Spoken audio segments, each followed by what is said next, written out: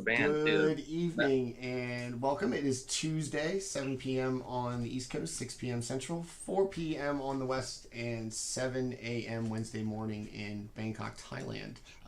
Welcome to GrowedUpGeek Gaming and our flagship long-term campaign, Twilight, Malediction, Rime of Frostmaiden campaign. I'm your host and Dungeon Master, Manny, at GrowedUpGeek on your social medias, Twitch, Twitter, Instagram, and YouTube. If you like what we do here, give us a follow, subscribe, high five, pat on the back, finger guns, whatever your affirmation of choice is.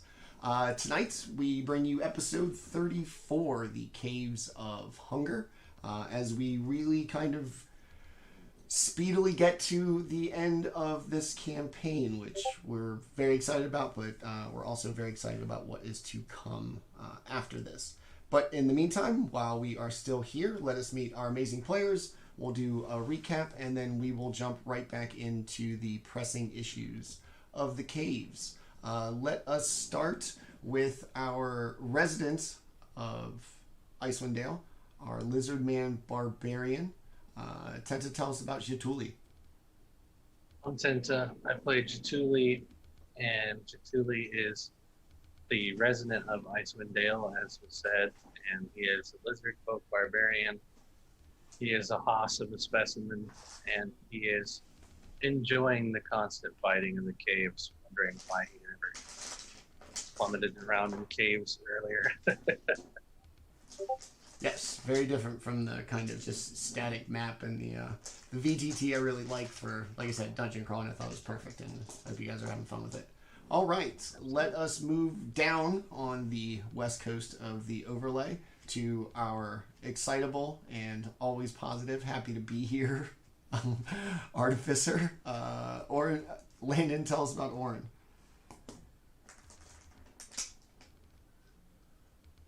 It helps if I can find the unmute button. But so, Orryn is a rock gnome artificer. He likes to get himself into trouble, as shown last week when he got a little too excited about his new wand pal that had to be taken away from him. He Mr. is a Wand. little sad about it. Yeah, Mr. Wand. He's a little sad about it, but you know, he does understand the party's feelings, so he accepts it, though he's not very happy about it.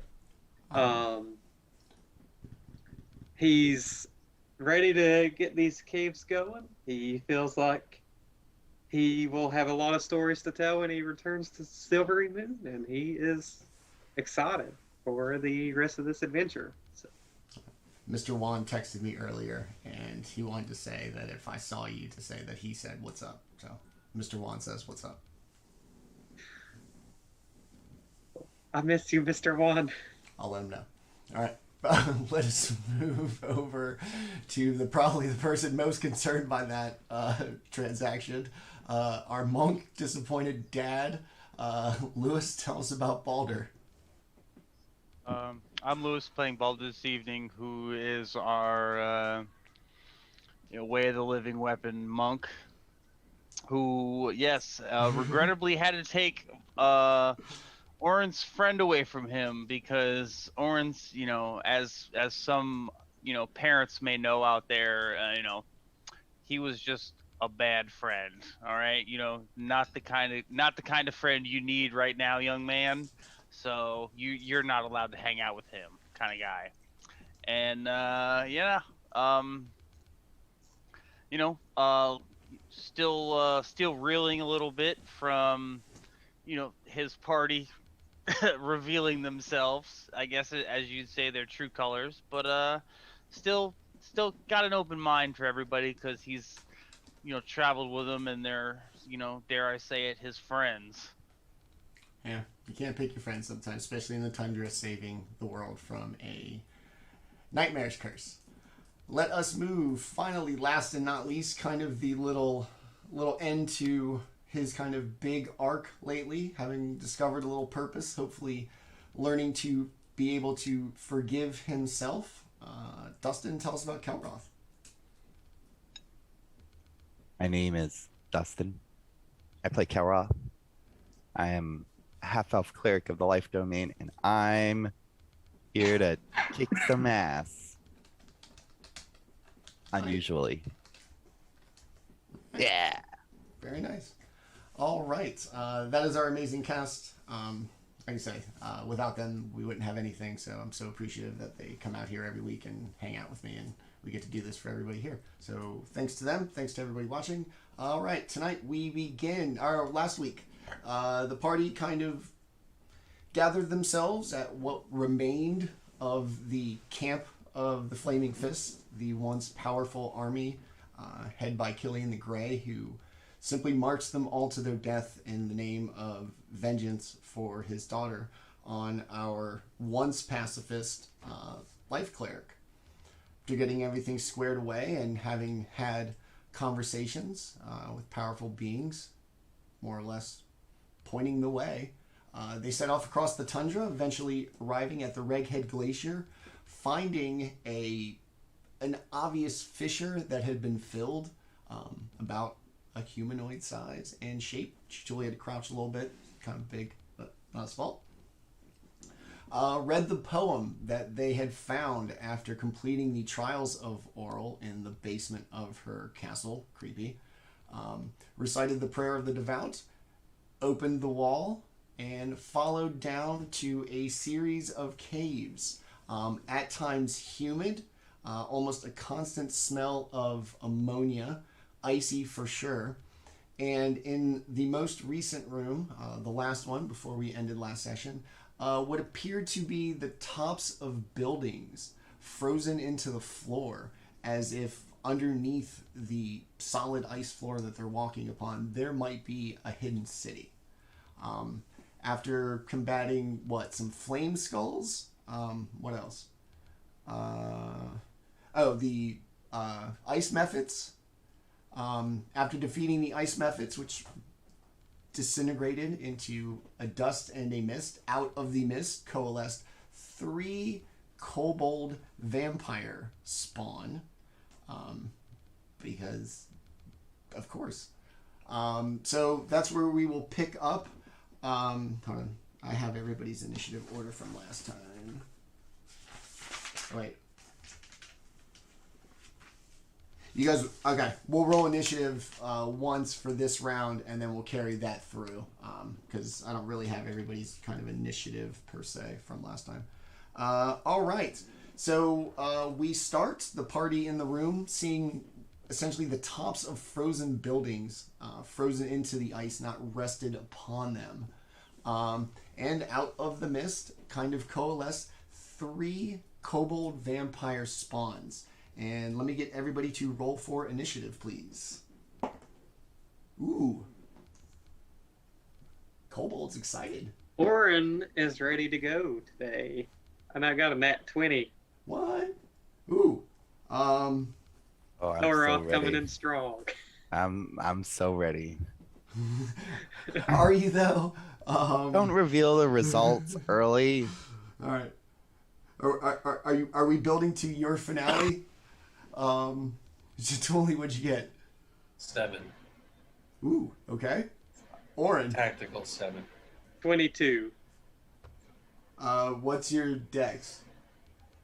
+2. Okay. Baldr. 14. 14. He's kind of creepy. All right, Kelroth, lay it on us, buddy. I got a 0. I didn't even complete the assignment. I got a rock. Did you roll for initiative? No. I'm gonna put you down as a 0. I Not got my even a Pokemon threat. cards out. I'm like playing again. Oh, monsters. Shit. And then I drop my cards and then I'm like picking them up real quick. I'm like, oh shit. I'll be there in a second. Hold on, I'm almost done crocheting. All right. Wow, okay. Oddly enough, as they coalesce out of the mist, the kobolds appear normally otherwise vampiric type features, long ass fangs, and blood red eyes as they hiss. And in their presence, the kind of ambient faint smell of ammonia that you've encountered your whole time in the caves thus far, it's right there. Your nose is burning, your eyes are kind of watering. It's bad. The room stank. And the kobolds are actually going to go first. So they are going to run up on Baldr. First one is going to take a bite. Not going to get it done. It's my move. Second one, run up to Baldr. 18, not going to get it done. No. Okay. And then the third one is going to charge up to Orryn, and I can guarantee you is not going to get it done. It is not 15. So they come at you biting like feral animals, just biting and... Orryn just turtles in his big plate armor. like a pack-up suitcase. All right. It is going to be... it's Orryn's turn. Orryn is going to try to hit the two in front of him. But the one that's currently attacking Baldr is... I know there's two, but the one closest to me that's attacking Baldr is the one that he's going to make sure he hits. So the first one misses. We'll see. And that should be hit. 21? Yes. So that one will take... So the one in the middle? 8. Yeah, the one in the middle. Okay. 8 thunder damage. All right. And it gets all of the disadvantage goodies. Oh, you hit the Thunder Gauntlet? Thunder Gauntlet. Oh, sorry. Sorry. There you go. And the one directly in front of me will take 9 thunder damage. Okay. So both those are, I guess, do we have the ability to mark those as a... Yeah. I don't know. You can change that color if you want. Alright. I tell you what, since it's thunder, I'll make it yellow. There you go. That makes sense. I tried to come up with a color scheme, and I was just like, we'll kind of take it case by case. All right, cool. So those two now at disadvantage. Do we ever establish the Thunder Gauntlets make a loud noise? So I think they would, because it's, dealing damage through Okay. sound and vibration. I don't think it would be like as loud as like Thunderwave to spell, but I do think it would be louder than you'd typically expect from a normal weapon. And I think the last time we brought this up was when we were in like a cave somewhere. So Yeah. you hit both of them, loud crackling sound just echoes through the caves and echoes and echoes and echoes as you hear just what seems like a very extensive system of caves around where you are currently, going in potentially both directions. All right, very nice. Orryn, what else you got? That's it? Yeah, that is it for Orryn at the moment. Okay, cool. Baldr, next to act. Two of them in front of you. So I will attack the one that Orryn hasn't hit. Okay. That one's probably not going to get it done with 13. 13 does not get it done. Alright. 26 for the next one. Surprisingly enough, does. Alright. They're not chonky boys. Yeah, right? They're flavor boys. Oh, nice. Alright, cool. 9 points of regular, 5 points of psychic for that blow. Okay. And then I will take my extra attack for a bonus action.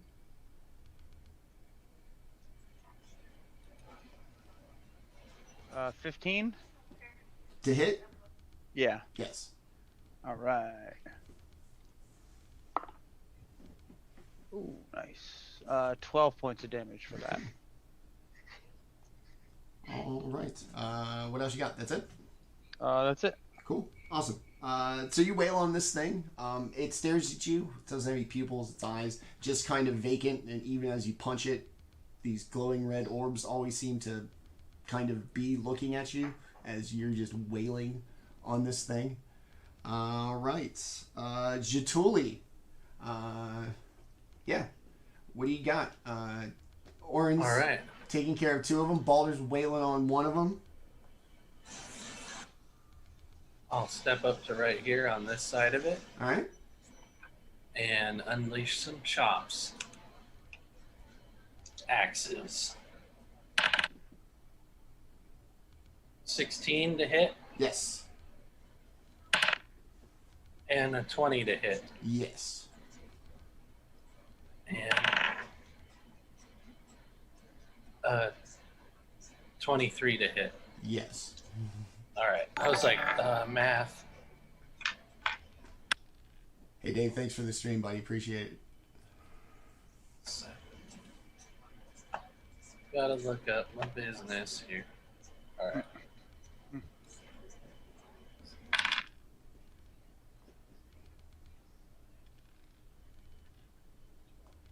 So, 12 from the first one. Okay.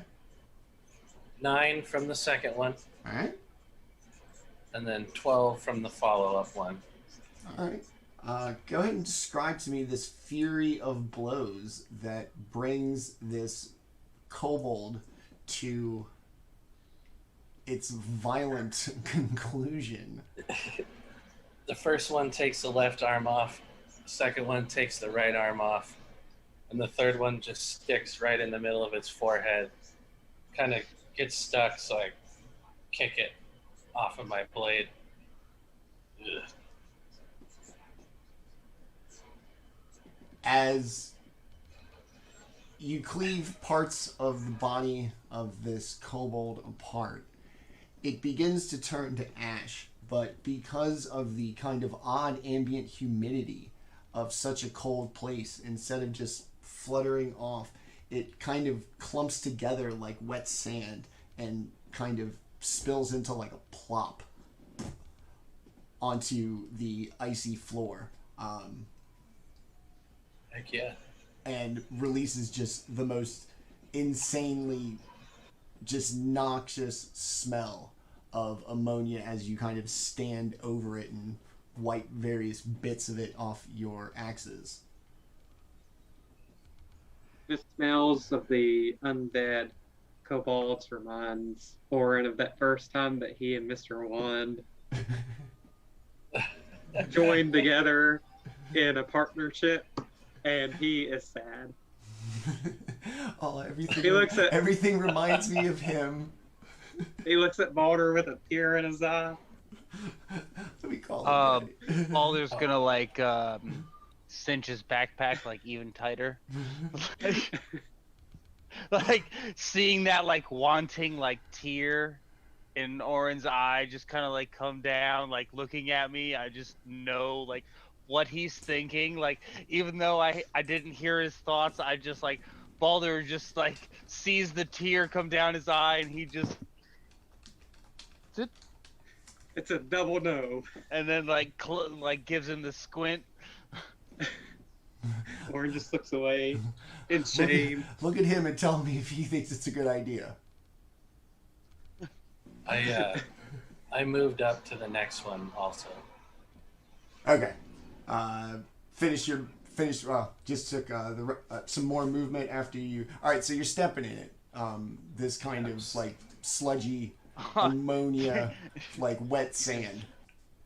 Yeah. It's gross. Spreading it around with my talon feet. Getting your toes Oh God, all you don't in have it. shoes on. That's right. I was just Oh, about to say he's getting his you toes just- all in it. He's dog Swish. pooping it.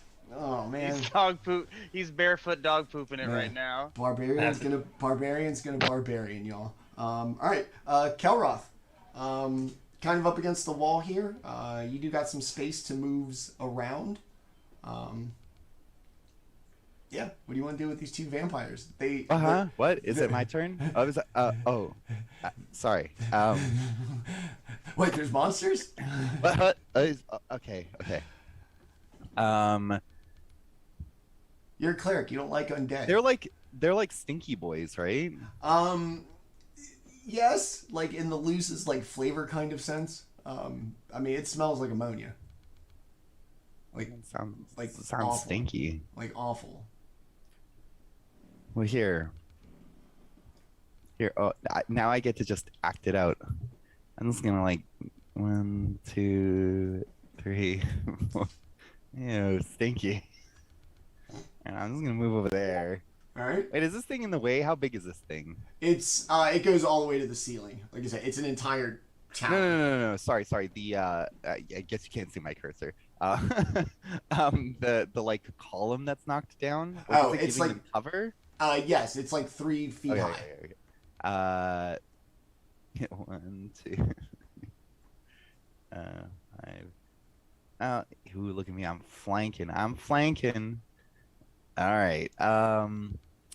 Let me just look at my little book of fun things here. All right. Let me get a little bit of. I don't know these damage spells. I know. I don't actually. Oh, that doesn't last. Okay, no, I don't want to use that. I will. Yeah, I'm just gonna use something simple. I'm gonna do. Are they injured? It looks like there's one with a yellow ring. I didn't. They're both of those are injured. Yes. Okay. I'm just gonna do. I need a weapon. I'm gonna do a. I gave you one last session. Yeah, the hand axe. D6. Yeah, Hand axe. D6.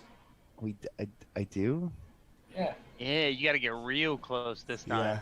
You got to And get Killian, all of it. Killian, Thank Killian you. tried to give you a cudgel when he wanted you to fight him. Yeah, he That's tried to get. That was exactly what He basically tried to give you like a stick. Hey, would have been something. Give you a stick with a little blade on the end of it, though. Hey.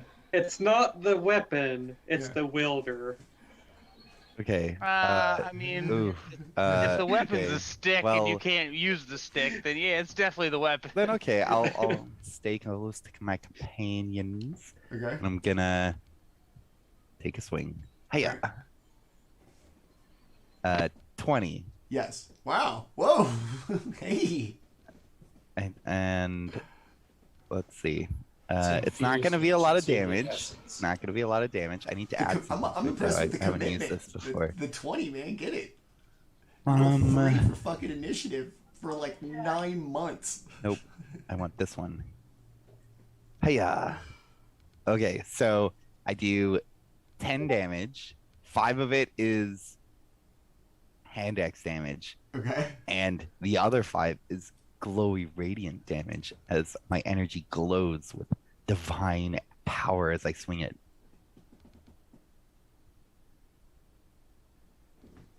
All right. What? One Hot mighty, chop. one mighty swing, 2 mighty swings.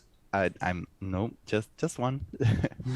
I'm a cleric. I'm a cleric. I'm kind of holding back. I'm like, ugh. All right.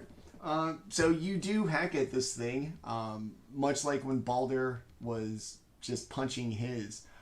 These glowing red orbs just stare at you, even as you take damage. They don't wince. Just this constant long. I'm gonna add a little bit of flavor. I'm gonna say as I swing and like make contact, I'm gonna be like, "Does this count? Does this count?" I'm just like to the sky. Ugh. to the ceiling of the cave. Yeah. Upstairs neighbor. All right. Very And nice. then I'm a little bit surprised I made contact. 20. Nice. Like, I mean, you were about it. All Wow. right. I got a +7. Most of it just comes from my proficiency. Very nice. All right. We are back up to the kobolds.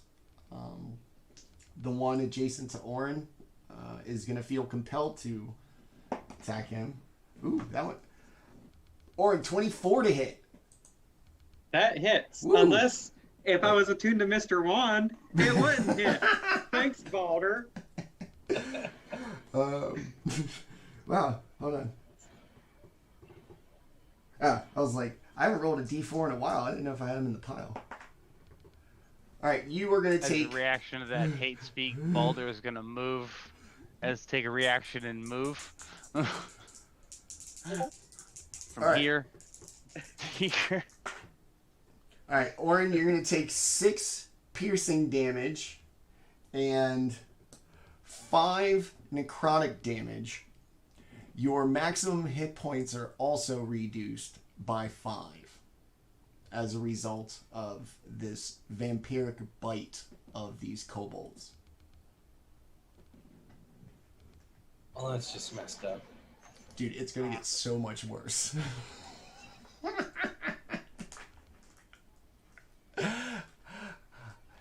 This VTT thing for the dungeon crawl is so much fun because it will fuck y'all up. I'm just kidding. Probably. I don't know. Maybe. Alright. So, that's its turn. The other one in front of Baldr is going to take a bite out of him. That's a 9. That's not going to get it done. Alright, that's it for them. And Orryn. Do something. So Orryn will move a little more in this area, roughly. And he will attack both of them. The one attacking Baldr first, even though he's sad, he still wants to protect Baldr. Oh, and that's a net 1. Ah. So, Yeah. what? Big swing and a miss? A big swing and a miss. Does it look like he's like pulling punches now? The- Baldr sees it, like sees the attitude now. He sees him like attempting to. so Oh, weak. I'll defend you. Oh no, I missed. Maybe if you get knocked unconscious, I'll have to protect Mr. Wand. I'm gonna do you a solid, and I'm gonna say because of the vampiric nature, it turned into a mist just as you swung through and came back together, so as not to make you look bad. Awesome. You're welcome. Yeah. I'm gonna come in with a second swing though, Okay. and this one will hit for sure because it's a 23, Yes. and that'll be 12 thunder damage, Uh, and it gets the goodies. Okay. You wail on this thing. This time it is not able to turn into the mist, and as you connect,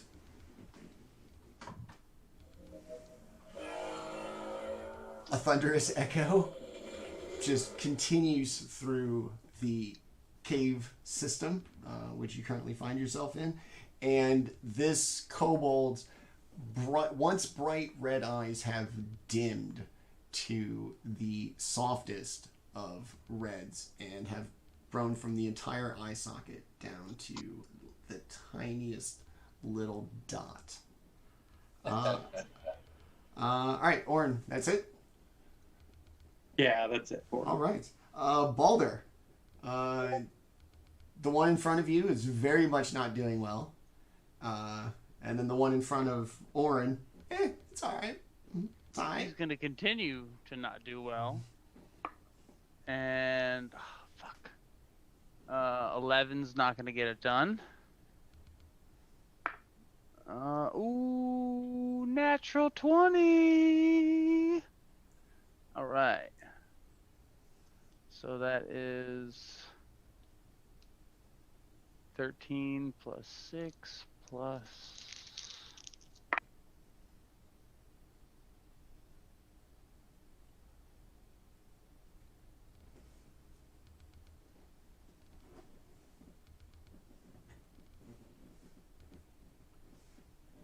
28 points of damage. All right. Describe to me how you dispatch of this. Almost like I almost feel bad for it. Like how bad you just heard it. So, as I see Orryn swing for this kobold, and it kind of like turns into a mist mist and then coalesces, I kind of see it as it's like reforming, and I kind of just like attune to it, and like as it finished like coalescing, I just kind of reach forward and punch it, and as I punch it, it literally just like turns into, you just kind of like see it spray, like it tries to turn into a mist, and then I just turn it into a mist forcibly. And as you do this, it also attempts to turn to ash, but turns into this black, ashy sludge that sticks to your fist and instantly also returns to the ground with a literary plop. Right. Some high-minded shit here, y'all. All right. What else you got? Oh, yeah, that was just your first attack. Sorry, I forgot you're a monk. So I will move around the backside of this one, and for my bonus action, I will kind of give the one in front of Orryn a kick at the back of the head with a 24 to hit. Yes. All right.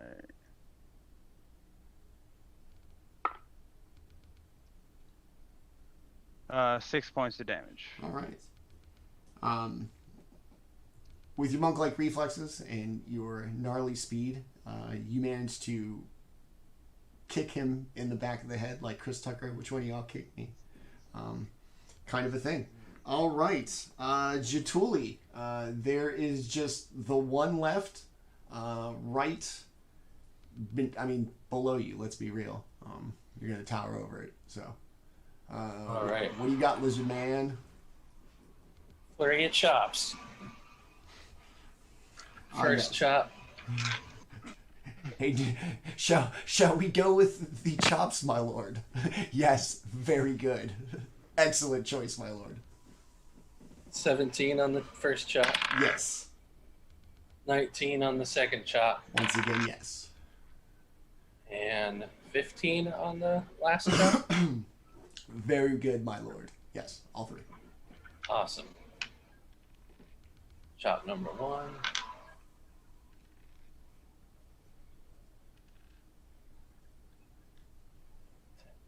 So we got 9, 9, 10.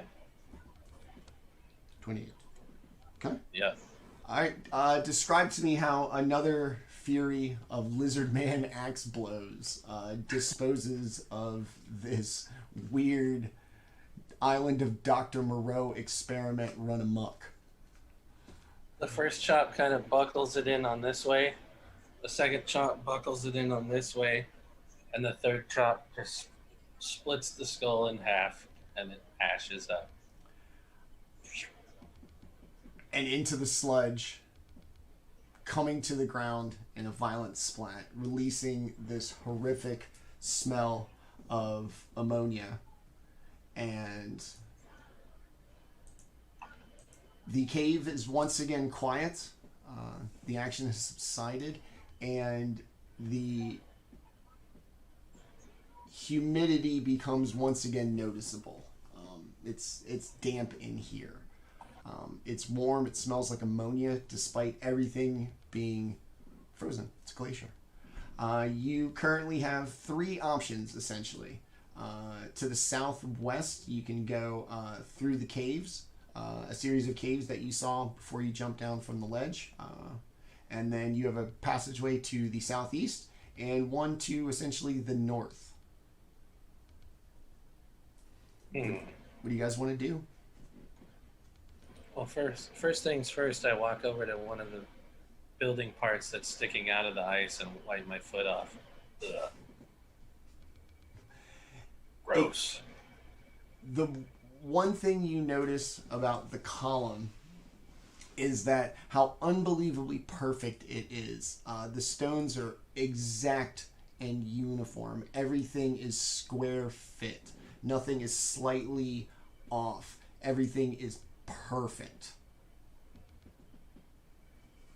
I run my claws up and down it a little bit, see if I can feel anything unusual. Yeah, give me an investigation check. All right. Here, barbarian, read this book.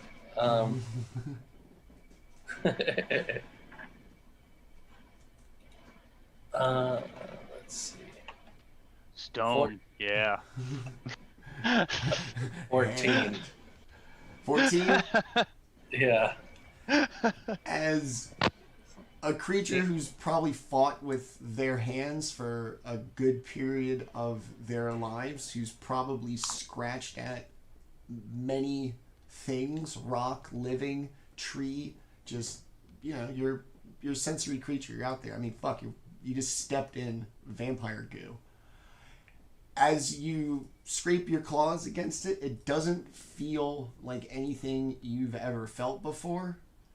The tips of your claws, even in a few seconds, begin to become warm.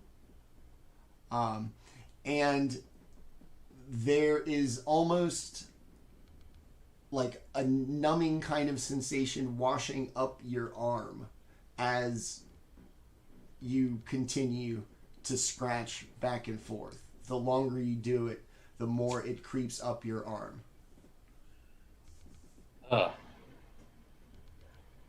Pull my hand back. That is bizarre. Scowl at it.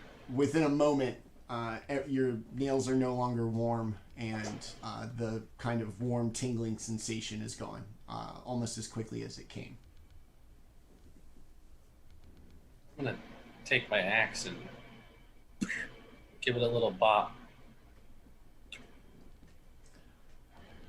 You get the same sensation as with your claws, this time much more sharp, and, you know, like a real jolt.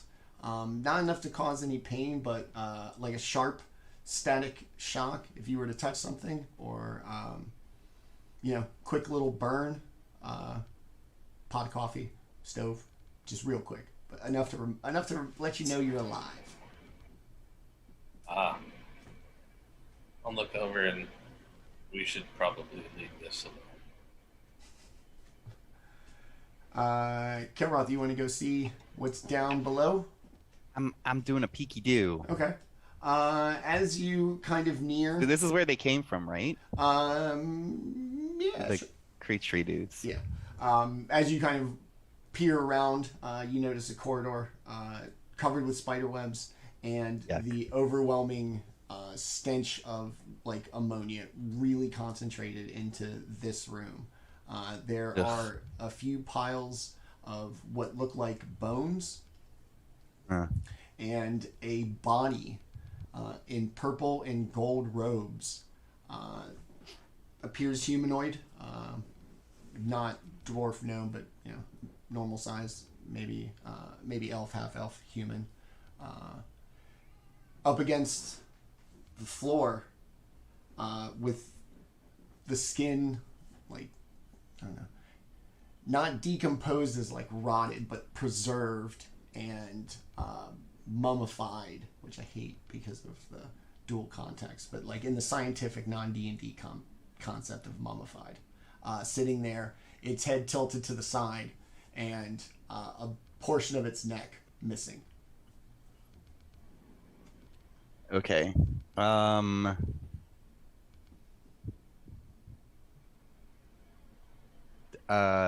don't even know if I want to check that. I'm good, fam. Yeah. It smells gross, and it's a dead body. Ugh. We got more important things to do. I'm gonna go to the other side. It cost Peer me down this nothing. hall. It cost me nothing to mind my business. Yeah. I mean, purple robes were enticing, but then it was all gross. Orryn, what are you doing while this is going on? Orryn is just wandering around, following everybody. Probably following around Jaatuuli, to be honest. I was thinking he would want to follow around Baldr because of Mr. One, but I think he knows that's a losing battle at this point. Just forget about him, man. Yeah. Alright. He's gonna wait until everyone falls asleep. Plan is great. He's gonna run away with Mr. One. Alright, you guys are gonna I guess somebody had to go evil before the end of the campaign. Dun dun Well, dun. Mr. One's not evil. You're evil. No. Alright, you guys are gonna head to the south then? Yeah. Following Baldr? Following the two. Alright, I Kelroth. was gonna. Okay. Baldr, what are you doing? I wanted to look up here. Okay. While they were all investigating this room over here, and then down here, I was walking this way. Alright. Isn't that a solid wall Yeah, though? you can't fit through there. I'm just Okay. making sure. Okay. You know, I'm the kind of guy that just likes to look around. You teleported through a wall. So, the stone column and the stone of the tower are made of the exact same material. It's almost a shiny metallic like sandstone. Kind of grains very fine but solid. And as you lay your hand on it or kind of get anywhere near it, you feel it radiating a warmth, not just in the physical heat given off, but also like internally, as it has some effect on you, but doesn't appear to affect anything else like in the room. The ice up against it doesn't seem particularly soft as a result of the heat that it gives off. I'll make note of that. Okay. All right. Let's see here now. Okay. So as Kelroth heads south, you come to a large open room, the top of a tower, and a giant hole of unknown depth as it gets dark. You would estimate about 30 feet down. And then passageways to the north and south. Jaatuuli's gonna walk on in there, start taking a look at that big old hole. Okay. From the hull, you can feel like a current of air. Exceptionally warm, humid, and dense. That seems to be almost blasting up. As this humidity hits this room, there is almost this very fine snow flurry just kind of gathered a couple of feet above the hole in a very kind of microcosm of how snow actually fucking happens. Just in a cave. As it continues to fall again and rise again as vapors, the just hot from down there. What's it smell like? It's actually kind of a briny smell. This could be an outlet to ocean water, but it's warm. I'll grab up a big old rock next to me and Okay.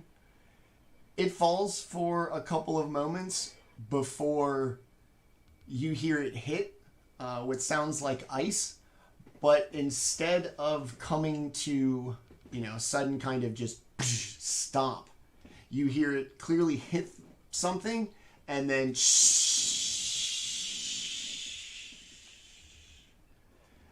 as if sliding down a tunnel out of hearing distance. weird. Hey Baldr, come look at this, I say. And I start poking my head over the hole. Cursor over there. All right. So, as he calls for me, I'll just kind of like walk along this edge right here, just kind of inspecting this as I come over. And I'll come to about here, I'll say. Because I'm pretty sure that's my movement from the other room. Alright.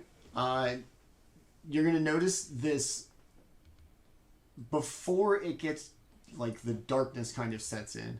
The sides of it are ice, not snow, not anything. They're solid, clear, blue ice.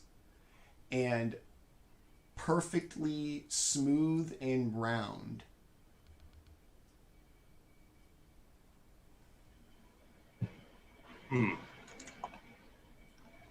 I want to see what's down there. Orryn seconds that. Yes, Orryn wants to see too. I feel there's more to inspect up here.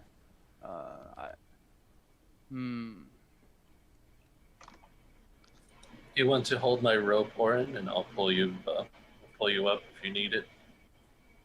Yeah, I think that would be a great idea. This ice looks way too smooth for it to be mere coincidence, right, Baldr? It seems as if something bored its way through this. What might that something be? I don't know. There's a building right next to us. It could be anything. Could be the entrance to the building.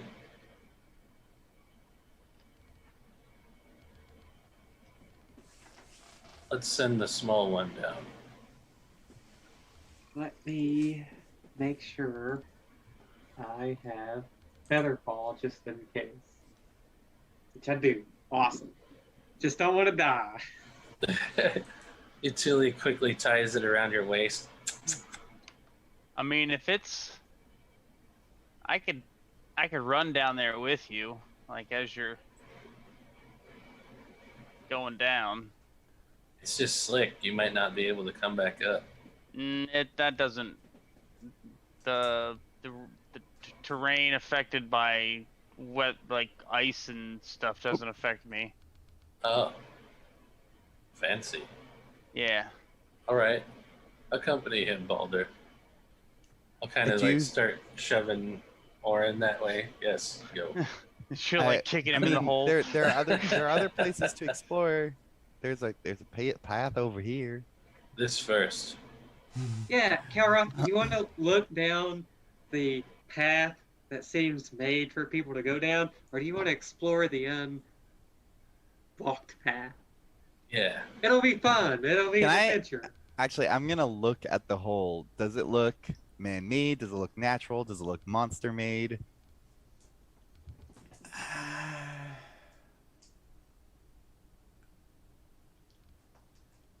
Give me an investigation check. Well, I'm real good at those. Let's see. Where is investigation? There we go. Intelligence. Yeah. 6.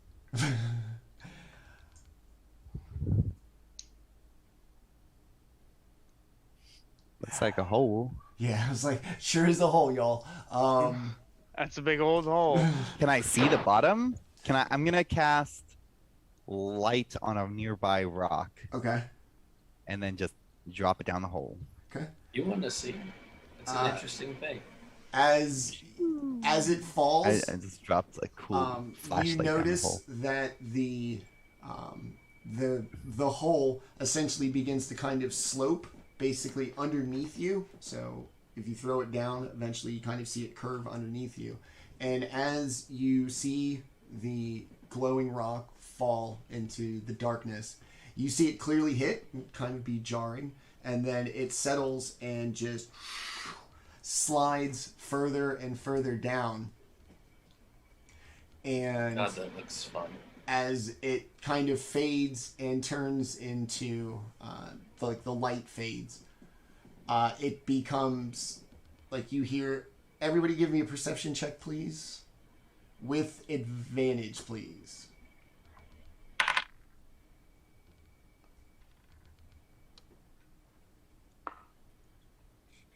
I better get my real dice out. D&D Beyond doesn't like me. RNG's is not helping you? 21. Okay. 24. No, I got a 20. I got a 20, but Okay. you know that's like low for me. All right, Orryn. 18. As you are mesmerized, one and all, by the glowing stone sliding down the what appears to be just kind of this odd icy tunnel, as it slides into silence, you hear it, like the sliding stop, as if it's no longer sliding on something, and then a pretty significant splash that seems to echo through the cave network, but coming from the hole in front of you. Now Jaatuli's attention is really peaked. It's like, I am a powerful swimmer. I want to see what's down there. I'm gonna go look at this hole over here, this like hallway. That's just an outcropping. I had to crop the Okay. fog of war odd for something. You know what though? Oh, I am gonna look at this tower. Okay. It looks like a fallen over tower. It Is appears there like, is there any space in it? Is it hollow? Is there? it is hollow. Like like it's a tube that would attach to a building that's on its side. So this part is exposed off to like basically the east side of the map. And if you were to go around in there, you would notice the inside is very similarly appointed and laid out like the underground upside down tower that you encountered Dazan's simulacrum, and that the material of the tower itself is the same material as the room prior, the column and the floor to ceiling tower in the past room. Okay. While investigating, I will look towards this pathway over here. Okay. To the north? To the north. Okay. All it's going to be is just a little tunnel that spills out into... Oh, God damn it. I'm just gonna be like, there's like a tunnel over here. The group- Orryn, you're so tiny. I'm just noticing this now. Yeah, I shrunk Orryn to be Scale it down. smaller than Scaled appropriately. exactly. So Kelroth at the north end of the cavern, trying to point the it's Oh, always there's sunny. this place It's always that sunny is good for crew walking away from the big over hole in here. the floor. I mean, you guys can go down, but I can't follow you down there. I'll drown. I'll die. I'll feather fall you, Kelroth. I'll slowly do it. fall and then drown and die. Yeah. The anticipation is just so Yeah. palpable. Want to see what's down there. I mean, we can always come back and see what's down there. Aren't we on a mission? That looks like just a hole to some water. Are we not trying to enjoy ourselves? I mean, Could be work and fun. only sort of. Work, work, work. We're supposed to be doing something. This wasn't a water park we stopped at. Orryn, Slide down the Orryn, slide. Whee! This whole thing's been just about your trip to Wally World. This is that old Halloween episode of The Simpsons where it's like, don't press the button, or it's happy fun slide, and it turns the stairs in the slide, and then Bart slides down to the vampires. Yep. Whee! How appropriate! Ah! How appropriate with the vampire mentions. Yeah. So All right, I'm going. I'm going to check it out. Okay. I'm going to check it out. I'm not yelling. I'm just calling out. All right. This way. Fine. As you make your way up,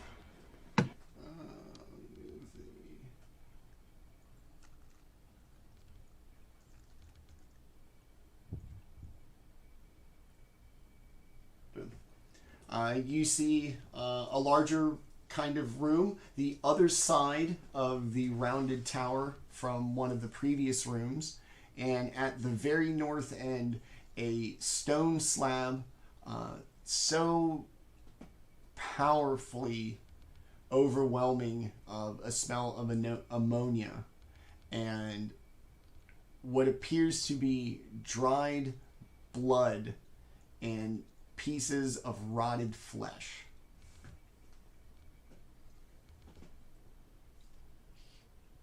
Jaatuuli, I see your favorite things down here. Oh. Oh. I'll start walking over there. Go check it out. I'm right behind you.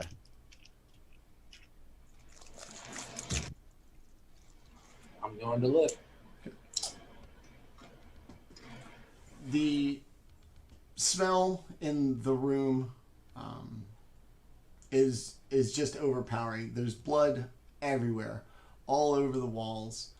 There are claw marks in the floor as well as in the stone.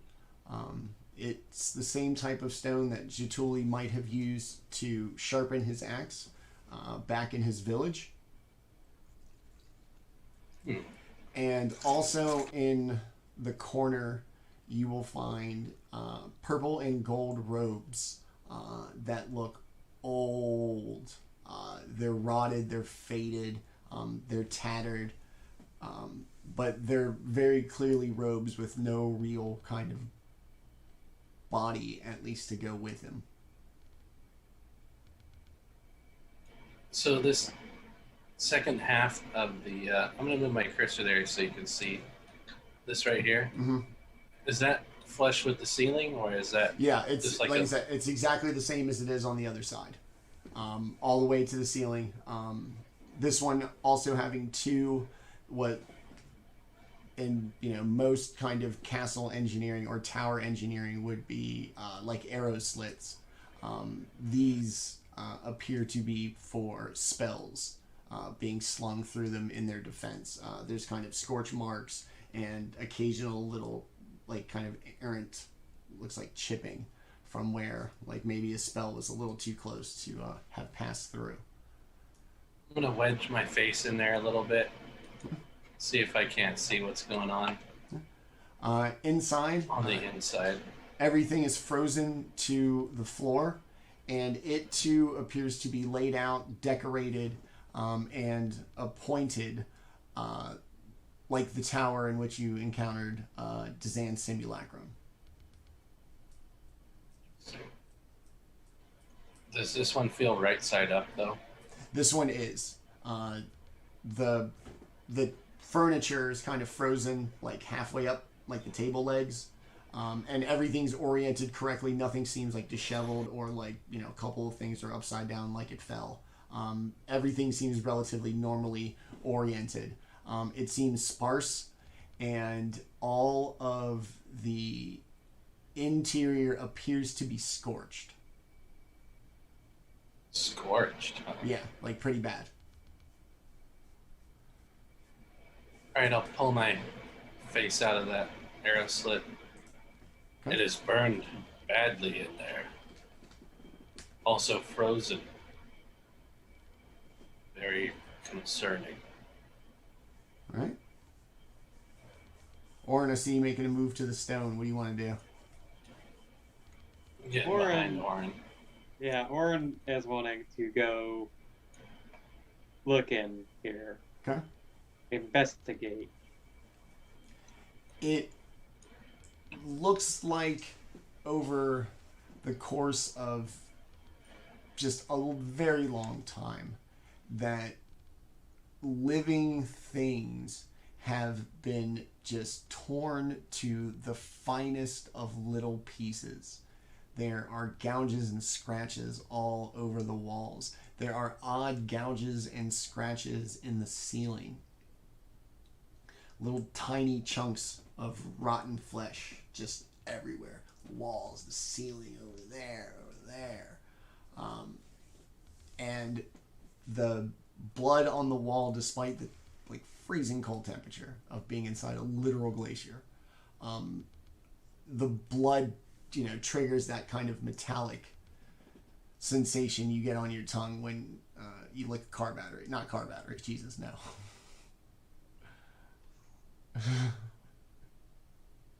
Like a 9-volt. I don't know how Thank that. you. I don't. Yeah. Never tried car battery.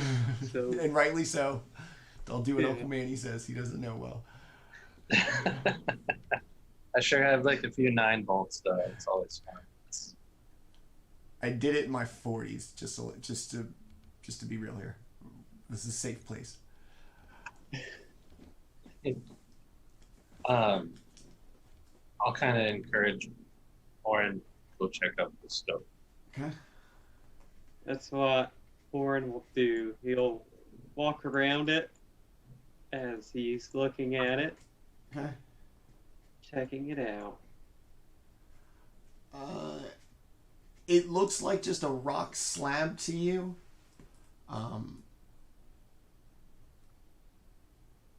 Like maybe where you would butcher meat. I've got one in my hut. Both of you give me, God, Jesus. I guess investigation checks. All right. 15. Okay. 15. Also a 15. Yeah. You both realize, We're all. Jaatuuli, you're going to see it as potentially somewhere where living sacrifices have been made. I imagine that's probably something Jaatuuli's familiar with, yeah? Oh yeah. Okay. So it looks like a place of ritual sacrifice. Interesting. This is a sacrificial room. The stone is what's used to dispatch. This is not a good place for us to be.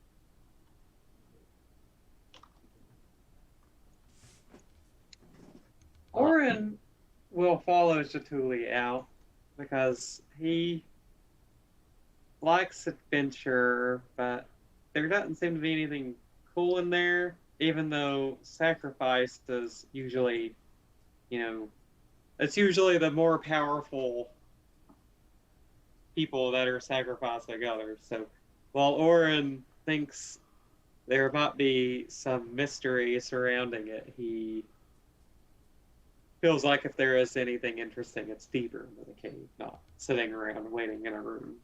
All right. Baldr, Kelroth, any thoughts on this room? I relay what we saw to them.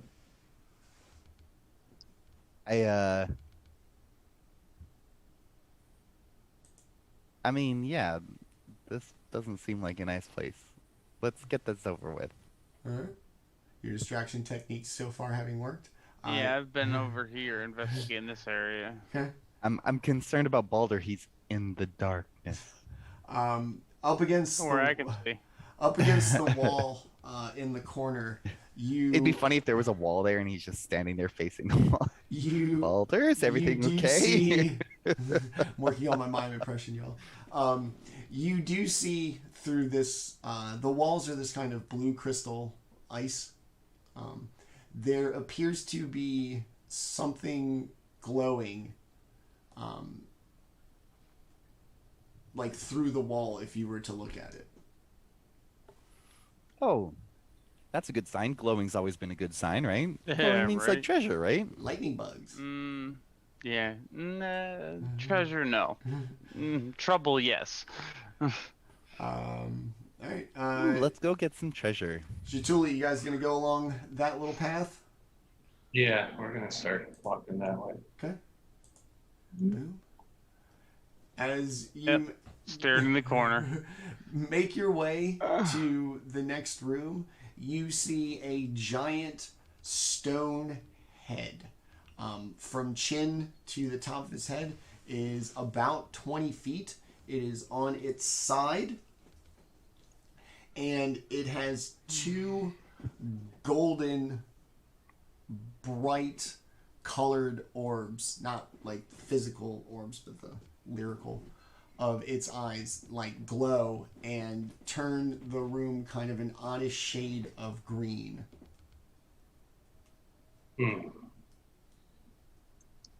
Interesting. Come here, Orryn. This seems more like your area of expertise. And we'll check out the creepy looking face that definitely looks like it's frowning with a goatee. Give me a perception check. Ooh, that's not very good for me. 8. I said, look, Orryn, damn it. No, dude, over here. It's a big head. You can tell it was it's man-made? Yes. It is a yeah, you're an artificer. It's a construct. It's the head of one. That must be a really big construct for a head that size. As you say, that must be a really big construct. Its eyes flash once. Oh, Orryn gets pretty excited, and he starts trying to figure out which word. He starts saying the words again, trying to figure out which one started it. You repeat all those words over again? Yeah, I'll say them slowly, like, it's a really big construct, to see if any of them start it. As soon as you finish the sentence, it once again blinks once. And then he just says, construct.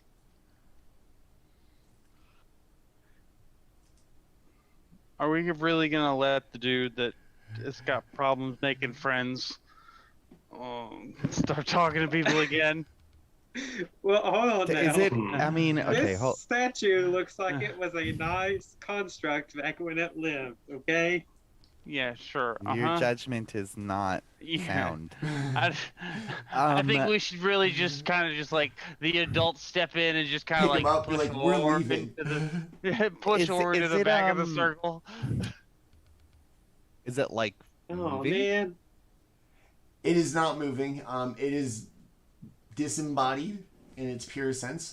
It's basically like right along like the jawline where it would meet the neck, and it's kind of a jagged, looks like metal, as if it was, lopped off of what it once was upon.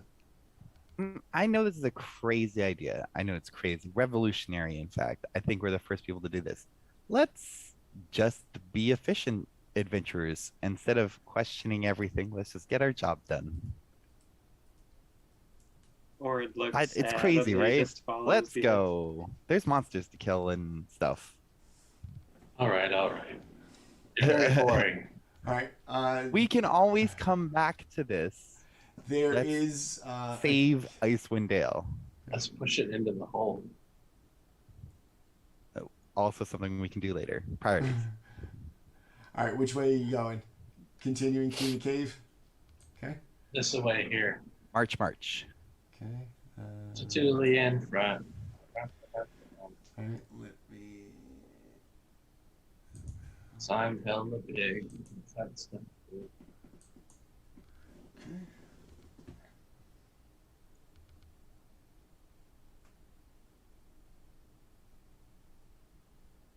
As you make your way through the tunnels,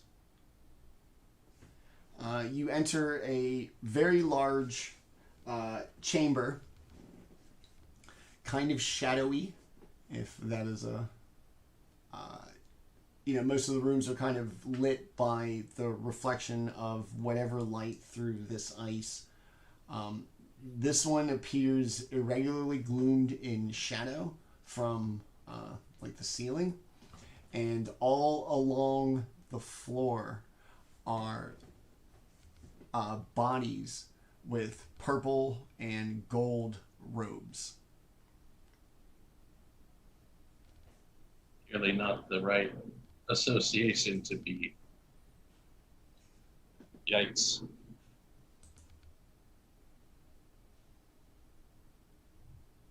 I'll step in there. Okay.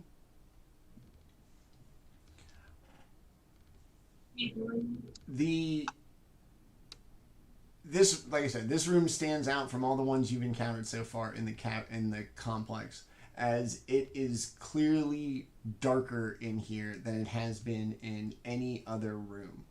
You did have to descend down a little bit on a kind of low grade, but you are descending deeper into the glacier as you kind of make your way down. There are there are 3 available branches from here. There's one to the north, one to the east, and essentially one to the south.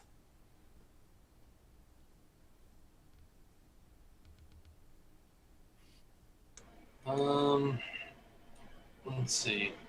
I'll kind of walk around the bodies a little bit, kick them, poke at them a little bit. These appear to be they are preserved in the same way as the one before, except it's missing like splotches of flesh, as if parts of it had rotted away before it died.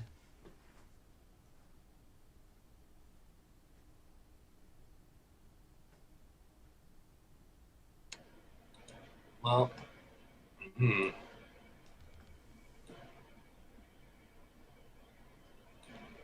what do my eagerly eyeballs see?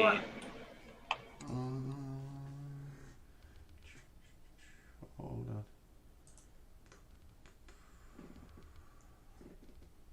on. Give me a perception check and kind of tell me what you're looking at.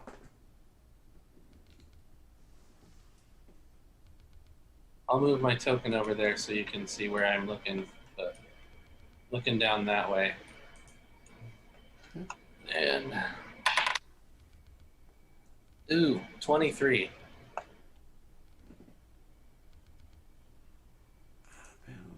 Incredible sight. As you peek in here, you also notice more bodies of purple and gold-clad, robed-clad humanoids. Also in some various stages of preservation. These appear a little more brittle, a little frostier, as if actually feeling the effects of the environment. And also missing a chunk of flesh right here on the side of the neck. More victims of the kobolds, I'm imagining.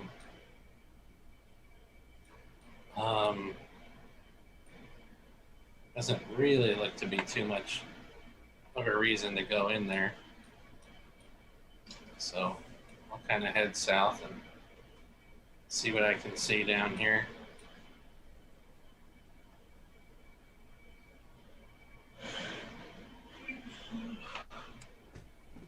Okay. To the south, it's just going to open up into another large chamber with branches going off to the west and the east. I'll kind of walk in there, see what I can't see. Oh, Julian headbutted me right in the face. Why you do that?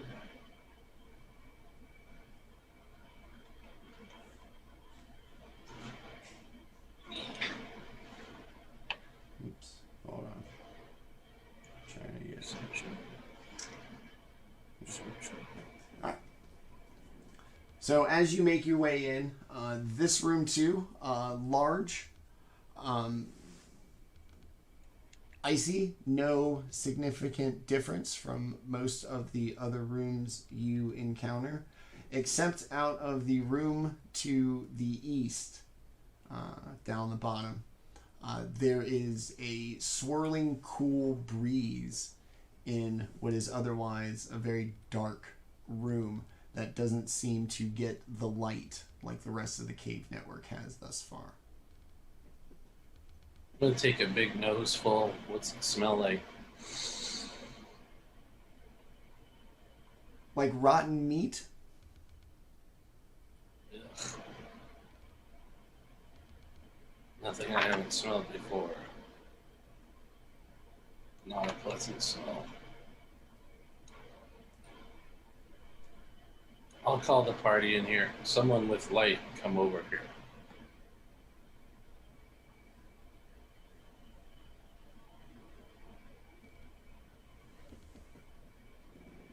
I think that's Kelroth, right? Kelroth, you have light?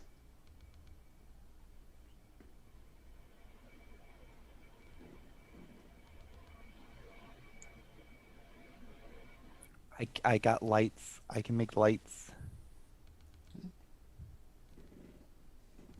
Make a light and huck it down this hallway that I'm staring at. The one that you're looking down. Yeah. I'll do you one a little better. I will use my artifact to create to cast dancing lights. And I'll create 4 lights, and I'll keep one with us, and I'll send 3 into the room. Just spread them out. Nice.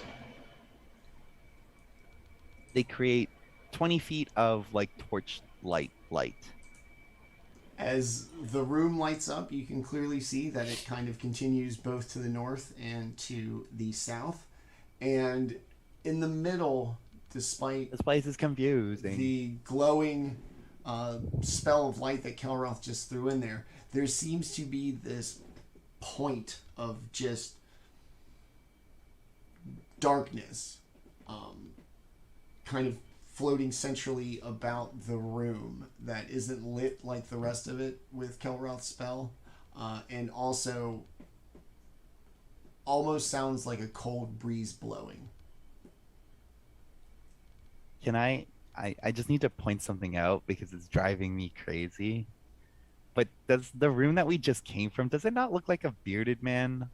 Like he's got a beard and he's got a smile and a nose. He's got 2 eyes. He's kind of Yeah, like he's got a old. goatee. Yeah, he's got a goatee. Yeah, You know, I like see it. it's totally a phase. It's totally a phase. We just left face room. Are we playing? Now we know Are where we playing that is. D&D Take on Me? It's just like he looks like he looks like he just took a nice big puff of a joint and he's feeling real good. You know, like Hey man, just go for it, bro. He's like, it's cold, but it's cool. you know? Man. yeah, he's feeling good. I'm just like staring at it. I'm like, God, it's a face. I go back to the room. Is there a face in the room? No, I'm just kidding. Okay.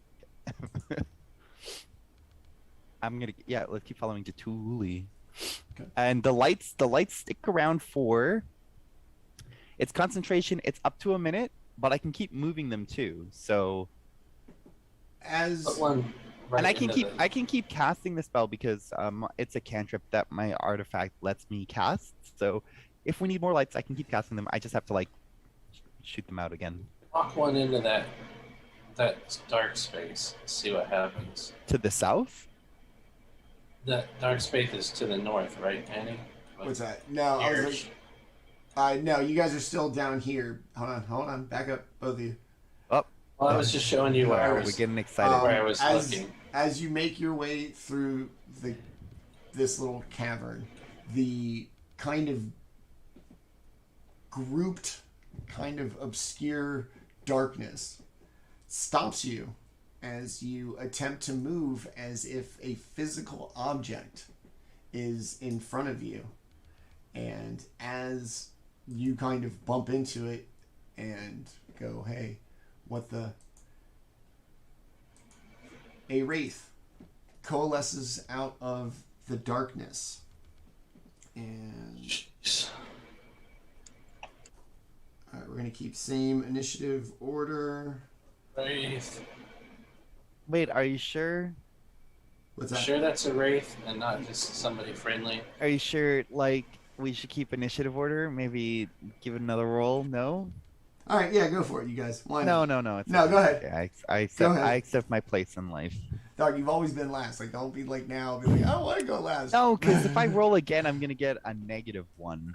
Don't worry, instead I of might 0. lose to you. I have a tactical situation here. That ghost is wearing a crown. He looks like Batman, kinda. Okay, well, we're dead. We tried our best. He pulls out a ghost-a-rang. As long as you don't have a ghost mobile, we're fine. Yeah, that's true. Or your ghost plane. All right. The Wraith is actually going to go first. Jaatuuli right in front of it. Yeah. It's going to move in, reach out, and put its hand on your shoulder. And No. He's like, listen, we need to talk. that's going to be a 24 to hit. 24 to console you. A man-to-man moment with the Wraith. Listen, I 12. know your mother and I have been dating for a while now. Oh, Jesus, a critical hit. Okay. You are going to take 17 necrotic damage, Ow. and I need a Constitution saving throw from you, please. I'm gonna be moving in. Doesn't mean your dad's Luckily. any less special. Just we can have our thing. 24 Okay. on the save. All right. Thick. Uh, 2 no. C's. Ah, hold on. Maybe even 3 at this point. Thick. Your maximum hit points is going to be reduced by 4 as this monster wraith literally feel the icy touch of death as it begins to sap your life energy, and you feel it begin to escape you.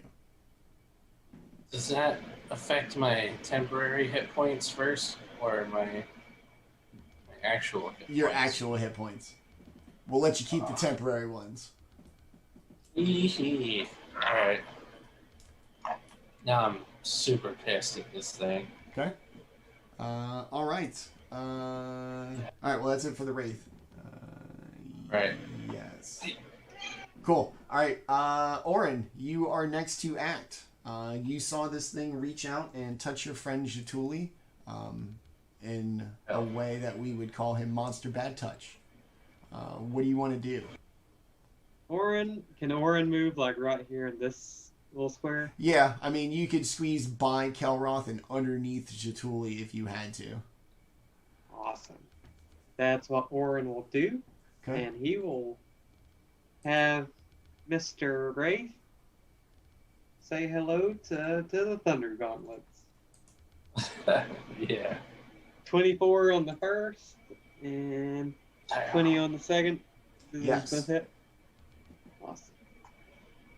It is a total of 28 thunder damage total. Okay. Now we'll put the little yellow thing on.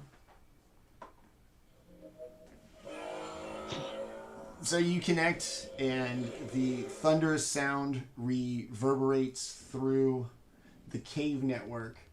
And as it does, you can hear yipping off in the distance.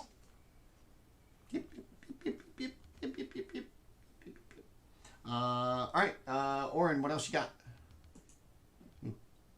That's it for this turn. Okay, all right. Baldr. Alright, so hearing the commotion, Baldur's going to move around the corner. And upon seeing this, and the moment he just had with Jaatuuli, he's going to back up with Jaatuuli and go, I didn't know. I just didn't know. No, he's gonna attack. Okay.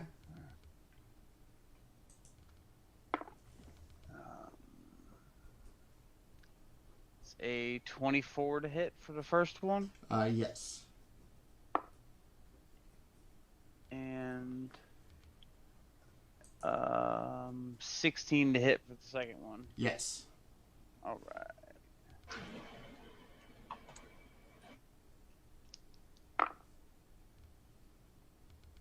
So that is 10 points of regular, 4 points of psychic for the first one, Okay.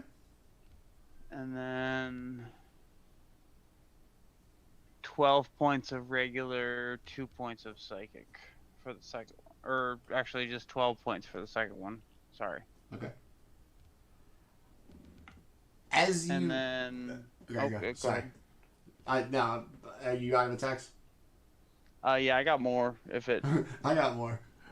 Oh, I got more. If it still needs more. So I will hit it with the bonus. 12 to hit. It does not. Miss. So as you manage to punch at this spectral figure, upon connecting, it goes from this kind of ghostly black smoke, almost, if you will, to varying people, all of them in flowing gold and purple robes, but of all races, half-elves, occasionally a gnome, a human.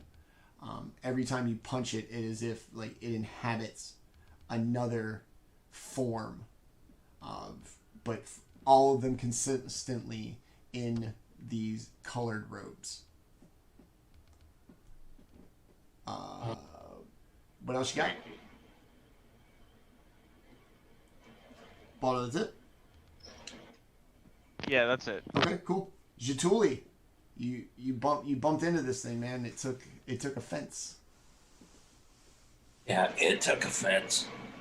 I'm Superman. All right, I'm gonna go ahead and give it a round of chops. Okay. Motherfucker. Chop number 1 is 23 to hit. Yep. Chop number 2 is a critical hit. Okay. Chop number 3 is a 21 to hit. All right. Yes, all of them. All right, so let's do the chop number 1.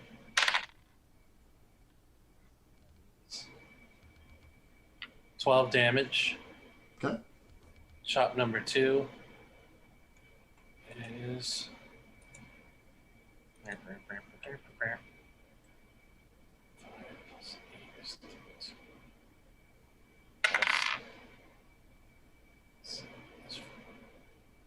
20. Second one is 24 damage. Okay. Wow. Crit. Oh, great. Okay. I was like, very nice. Then the third one is 10 damage. Okay.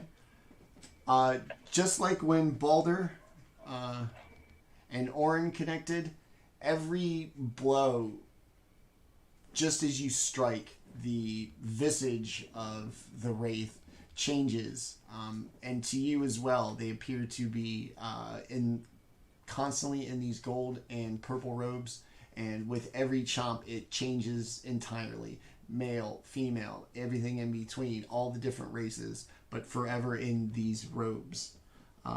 What else you got? What else do I got is... Uh-oh. What happened? There we go.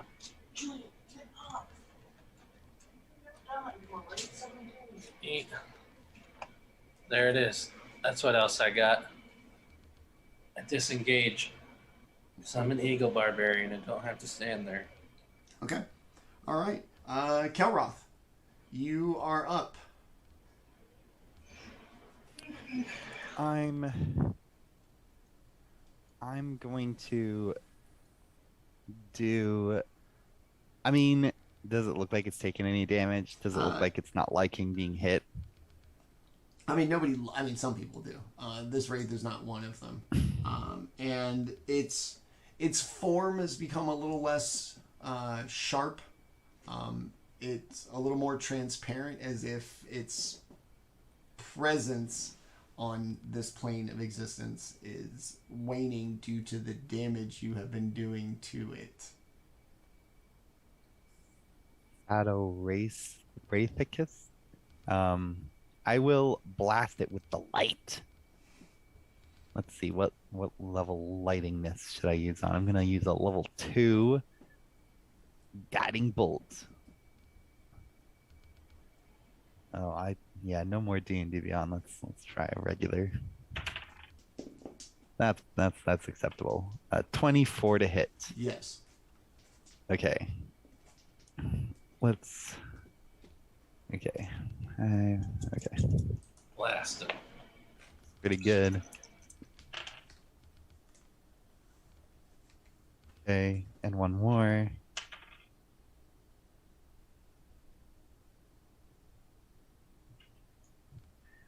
20 points of radiant damage. As you hit it with this radiant damage, I'm just like, Witcha! These innocent appearing visages based on the strikes of your party members suddenly turns evil, like a lot of furrowed brows and angry expressions as this radiant light hits this undead creature, creating exactly the result you think it would. Yeah. Right. What else you got? I mean, that was my turn. It's not dead yet. No, it is not. That was what I got. Okay.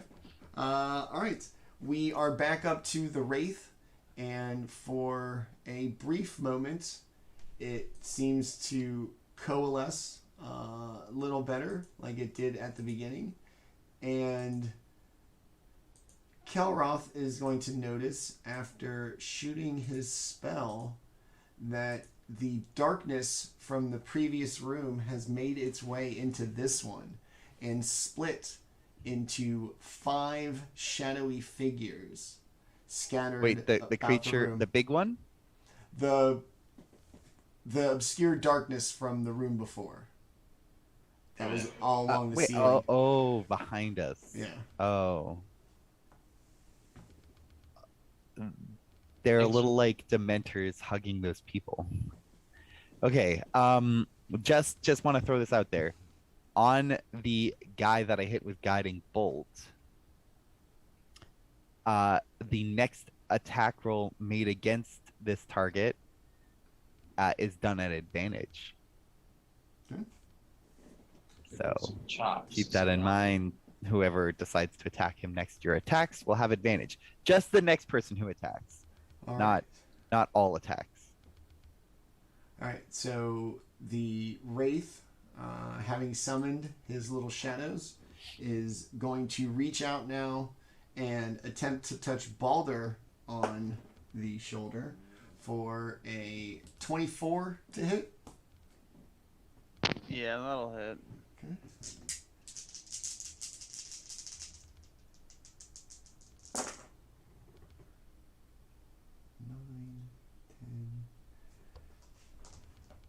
You're going to take 18 necrotic damage.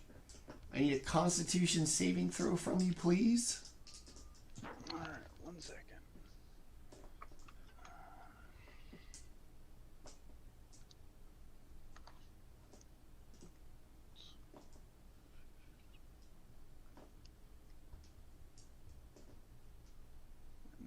Con save, you said? Yes, sir.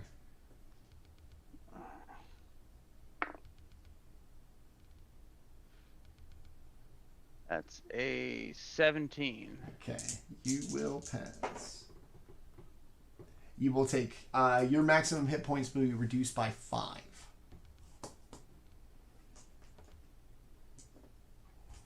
Okay. The shadows, having just recently emerged from the darkness, are going to make their way over here. essentially just block everybody's path. We next move to Orryn. The Wraith is in front of you. The next person to attack it with any attack or a melee attack? Dustin. Wait, sorry, say it again. Any attack? For the any attack against the Wraith that I hit. Okay.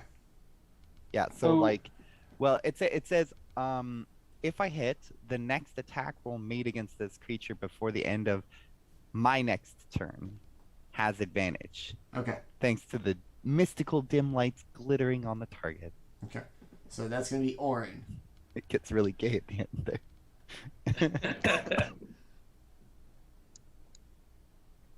So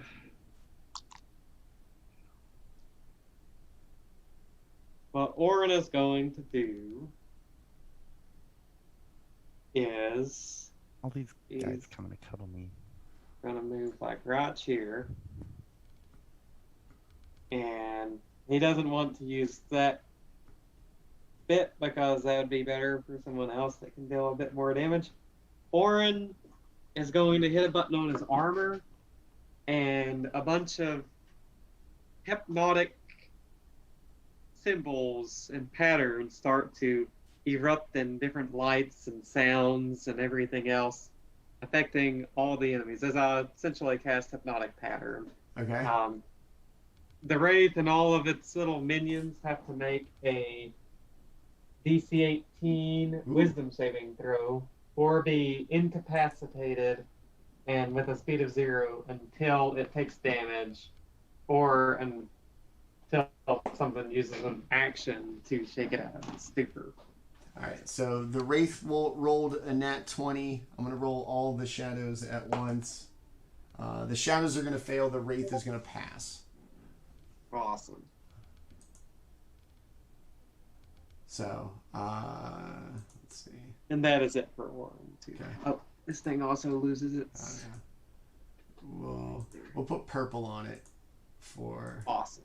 it to be... So what are they now? They're incapacitated until they take damage. Pretty much. If one of them gets woken up, they can use an action to shake another one out of its stupor. Or if Kelroth really wants to be friendly with them, he can shake them out of the stupor if he wants. Wake up! They can't do anything. Okay. Really. Very nice. All right. Cool. Baldr, it is now your turn with the Wraith right in front of you. Orryn having taken care of the shadows in the other room. So Baldr just sees everybody just kind of, leave the fight again as they did last time. And he's really just kind of, disappointed in all of them again.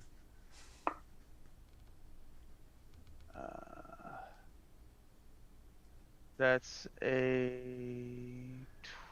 27 to hit for the first one. Yes. 11 to hit for the second one, so that won't hit. No.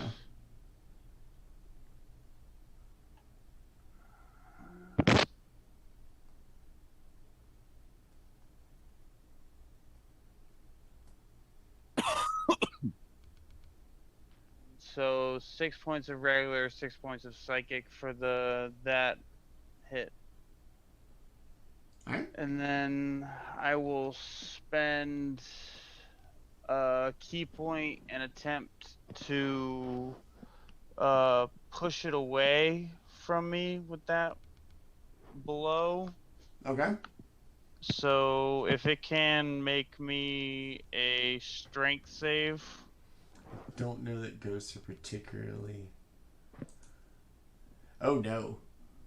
It's gonna be a 7. 7! Alright. So he gets blasted 15 feet away, so I guess that just like pushes him against the wall with that blow as well. Like over now? Yeah, Okay. and he also takes 9 more points of damage with that blow. All right. So you pushed it back. It crashes hard against the wall. Yeah. All right. Jaatuuli.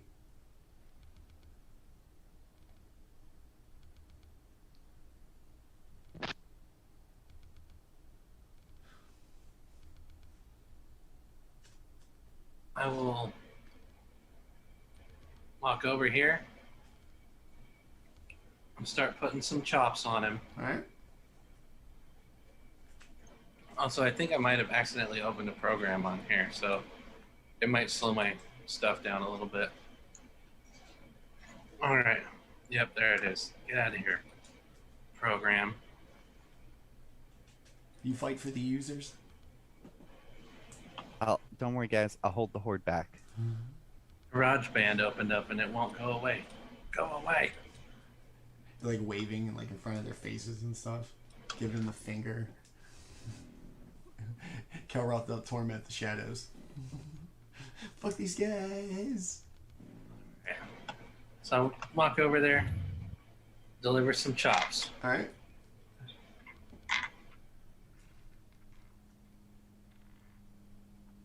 $18 for the first chop, Okay. $19 for the second chop, Yes. Yes. and $21 from the third chop. Yes.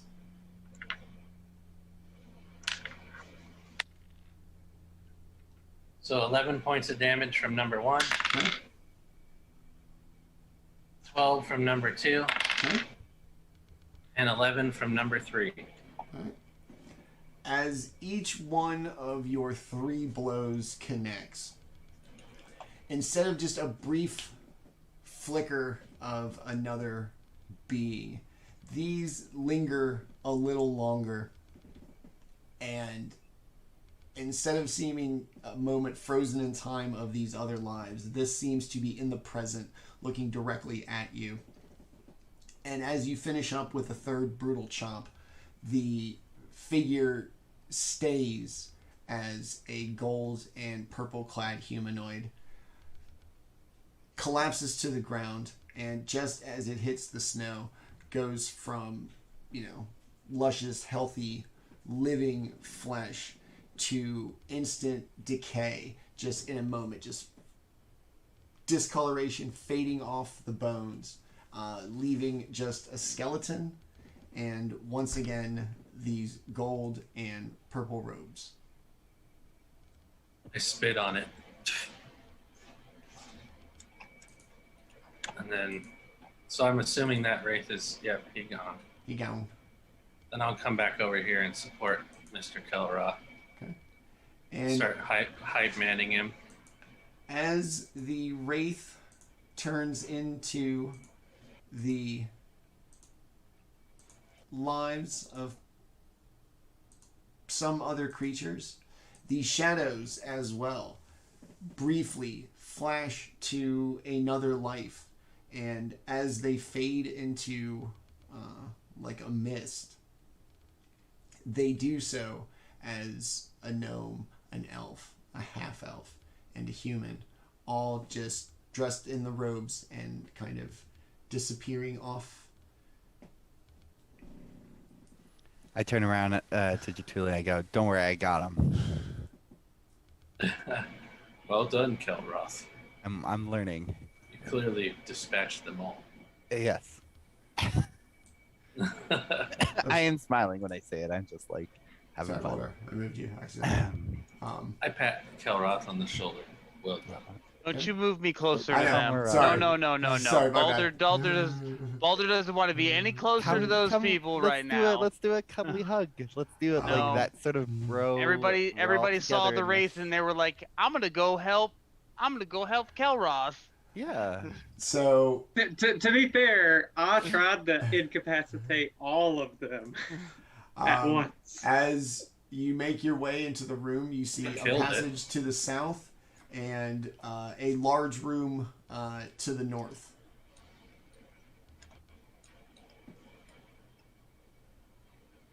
Let's see what's in this large room. To the north. Yeah. Okay. It appears to just be a cavern. Large icicles hang from the ceiling, and it appears to be very well lit. Anything upon inspection? No, just a room. Baldr, All right. to the south, makes his way, is going to encounter like an air current, heat and humidity, as he too comes into a giant cavern with a large hole similar to the one that you found before. There is also, in addition to the hole, a passageway to the south. It got cut off in the fog of war.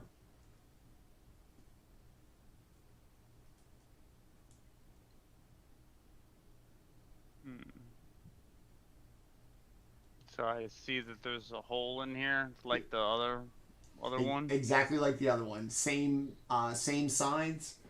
It appears to be constructed almost identically, if that's the right word. And also, you feel like the humidity coming up from the hole, resulting in a tiny little flurry about the same height above the hole as before, leading to this never-ending cycle of precipitation and humidity constantly feeding this little, essentially, cloud and snow flurries raining down into the darkness of this hole.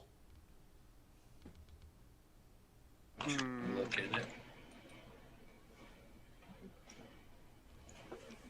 Baldr kind of looks around and, geez, where the fuck did you just come from? I am the color of snow. Also very sneaky for a 7-foot lizard. So, yeah, Jaatuuli, you're going to see it. As best you can tell, everything about it is the same as it was in the other room, including the way it changes the humidity of the room and the little flurry of snow right above the hole in the room. Probably about like belly button high for Jaatuuli, but like, you know, probably chin high for everybody else. I'll go over and poke my head in. See what I can see. Same thing. It appears like perfectly iced and smooth all the way down. This one disappearing and turning dark also, as best you could tell, about 30 feet of depth below your feet.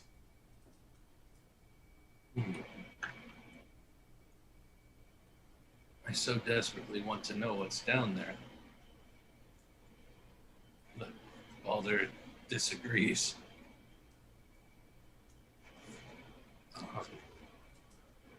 Well, You're bouncing around like who God knows who what, so you're gonna do whatever you want. So I have a lot of energy right now. I love all this fighting. This is like the highlight of Jaatuli's existence. Freaking fun house. Just because I can't keep track of all this stuff, how's everyone's health points? Orryn is looking pretty good at the moment as far as health goes. So. I've taken I'm cursed. I'm taking a little bit of an ass whipping. I could use 20 health if you've got it lying around. 20 health, okay. I'll drop baby heal. Hey. Ring. It's not very good though. Just 10 health. I'll take it. Stop it. Get out of here. Ugh, I'm coughing a lot today. I apologize. Okay. It's all right, man. You'll feel better. Get it out, man. Get it out. Orryn, what are you doing? You see another big hole? Do you want to go down this one? I mean, of course, Orryn wants to go down it, but no one else wants him to, and he doesn't want to waste their time. Jeez Louise. Good So God. somber about it. Oh my He's- goodness. He's very sad. Look, we can really jump down the hole, but I don't know if it's. I mean, you know what? Do we want to waste our resources going down there when we still have all this stuff up here to find, like, to explore? If we had no other way to go, then obviously we could try jumping down the hole, but. Like, I am slowly burning through my spells, and if we go down there and have to get out in a pinch, I'd have to use even more. Baldr can run his ass right back up. Yeah, I'll make it out of here. Don't you guys worry about that. Yeah, you. Yeah, you're right.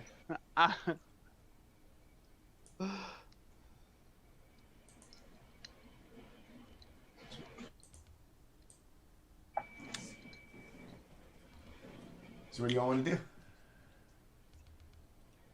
Like I said, there's Is this a dead end? Is there no, there's a nothing down? passageway to the south. It just gets cropped off. No. That's There fine. also was a passageway to the north, it looked Yeah, a like, couple but rooms I ago. didn't go that way.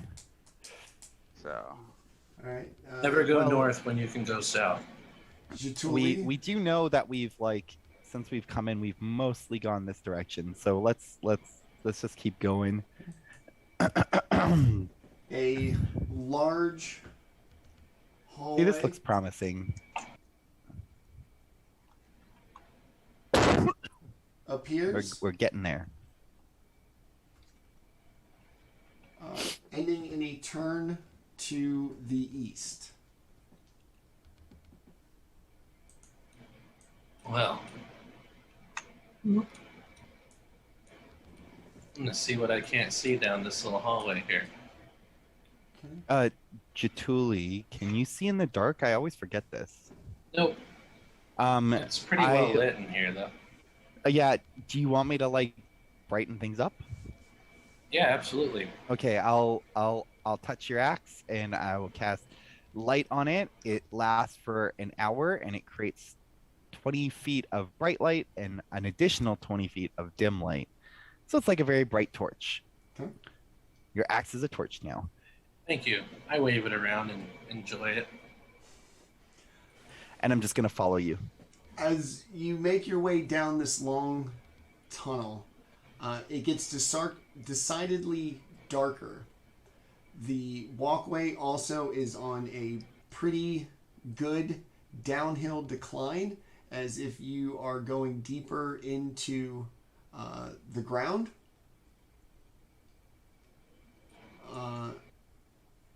And then,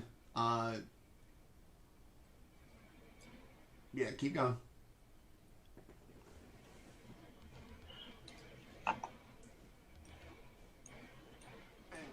The light from this narrow corridor eventually kind of opens up into the room, and in front of you, all you see is this beautiful bluish green glowing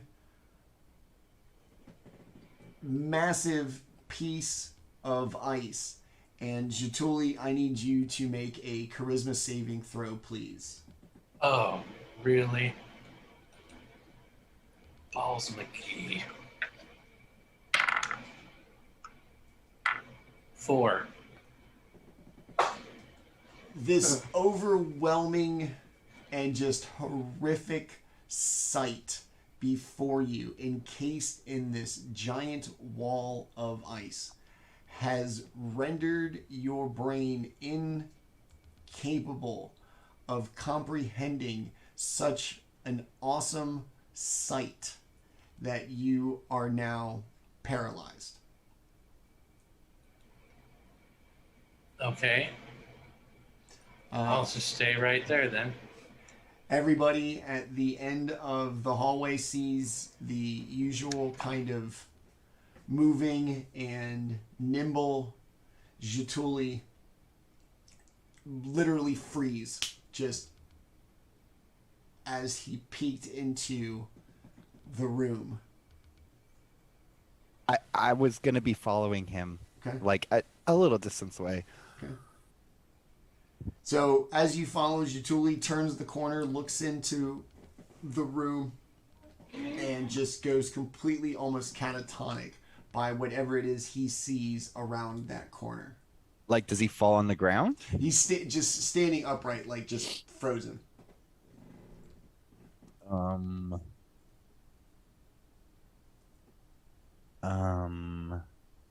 Hold on a second.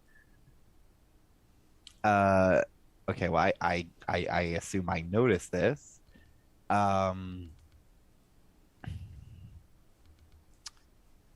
Well, great.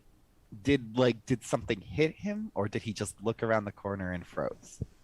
He froze suddenly from your perspective. Like, I can fix that, but I don't know what caused that.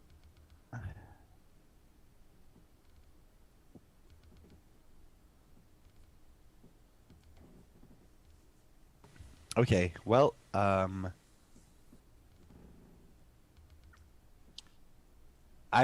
know what I'm gonna do without looking down? Just cover my eyes.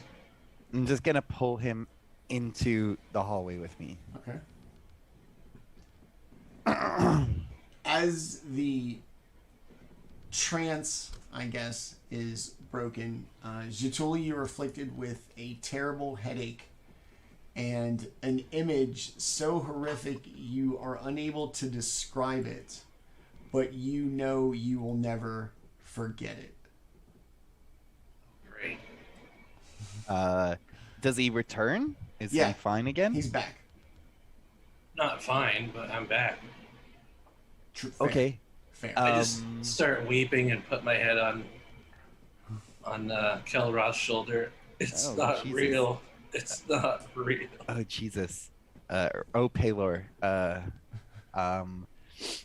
It's not the name of your god. Huh? That's not the name of your god.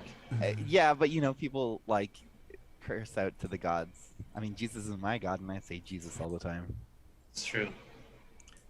But Paylor is like the Jesus of the Forgotten Realms. So people would like cry out his name. Hold on. I gotta go kill it, bud. All right. So, Jaatuuli in real life. Well, okay. I'm gonna assume Jaatuuli is gonna go on along with this, but I suggest we head back the way we came, and then when we meet up with the guys, I tell them like, oh yeah, Jaatuuli saw something around the corner, and believe it or not, we should not go this way. I won't tell them that Jaatuuli cried. that's awfully nice of you. All right. So Orryn, Baldr, Jaatuuli shows up like visibly shaken. Just something scared the shit out of him. And they come back. I'm just like, he's okay, but we shouldn't go this way. There's something down there. What do you guys want to do? We have other paths There's that we been could. something down this entire thing. What stops us now? I'm like, I don't know, make obvious eyes like Jaatuuli. Look, he's like quaking in his boots. That means nothing.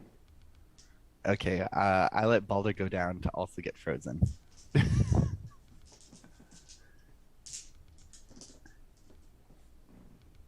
Look, there are other paths to go. Maybe this one's too dangerous. We have a limited amount of resources and energy that we can expend. Let's not waste it trying to go down this one.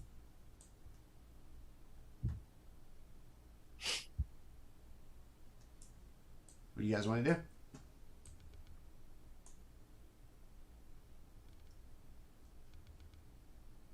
I mean, if they don't want to go that way, that's guess we're not going that way.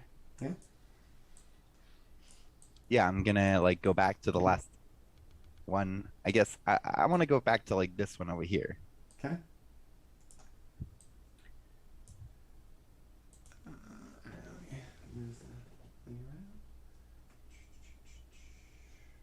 Are you attacking me?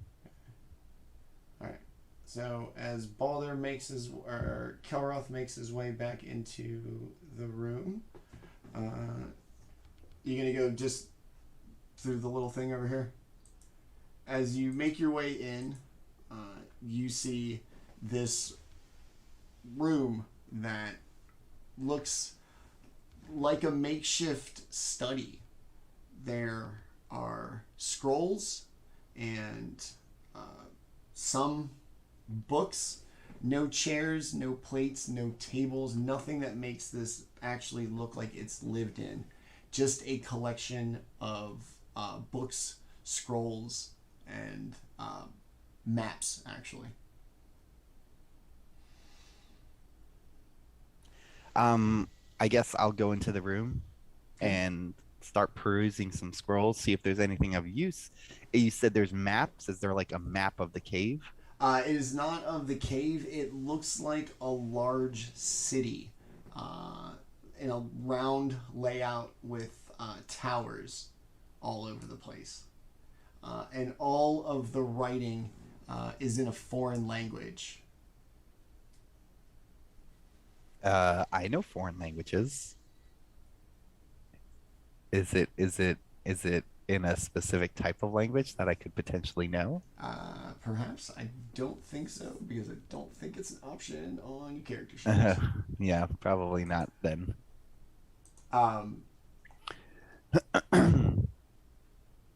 Yeah. It's written in an arbitrary fuck you language. Yeah. Well, that's great.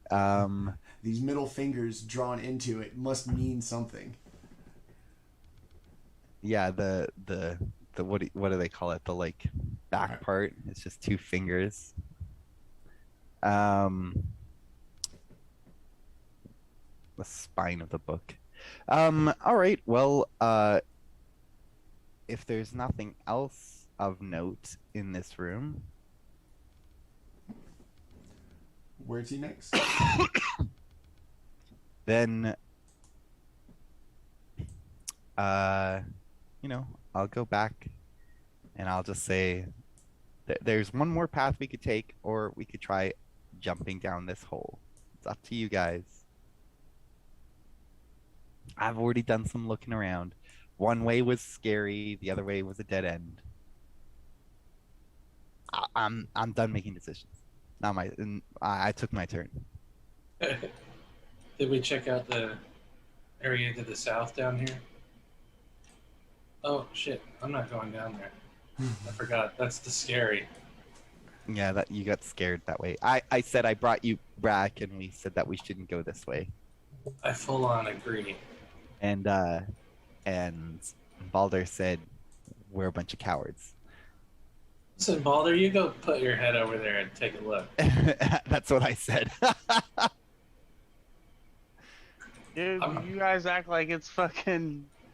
Alright, so Baldr will fucking walk down the path after these guys come back looking like scaredy little ghosts.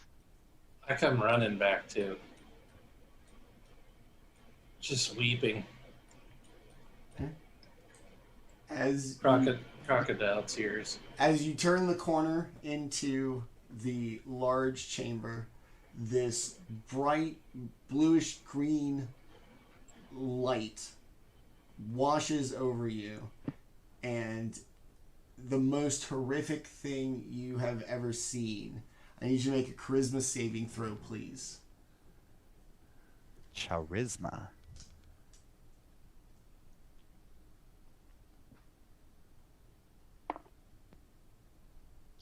That's a 16. The sight of it is both so awesome and impressive that you are instantly frozen in place. The scene before you burning into your mind, with you unable to do anything about it. Now, is this some sort of charm or anything like that? It is actually a charm. Alright, so I have advantage on that. Okay.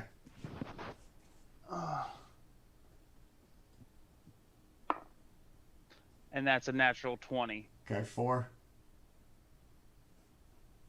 Well, the roll, the charisma. Yeah, what's the math with the save? No, mine's a flat. It's Oh, okay. natural 20. Okay, so still the same. All right. Damn, a crit doesn't do nothing. Damn, you're a fucking. It's a terrible thing, man. The sight of this is just horrifically awful. You're just not gonna get a headache, but It it's just still brings got me you. back to. It just reminds me of what I left. So. Oh no, but secret these- backstory stuff. Listen. So, all of the people that I have come to, nothing has compared quite to what I've seen. People here in this world speak of quarrels that last days or even weeks, as in troubled times in their lives and things like that. And seeing such horrible things reminds me of being back in my home world, where growing up, generations of people only know strife. The stories aren't told of good times. There are no good stories. It is only of hard times and what things were. So it just basically just brings me back to a point of, man, what, like, the things that I've seen don't compare to the things that other people have seen. So it just kind of like puts me to a point to where, all right, I feel normal again. Okay. So just as Jaatuuli did, simply just by turning this corner, as anybody who would be close enough to kind of see it without actually getting the line of sight, the light just washes over their face and they are just dumbstruck and frozen in place.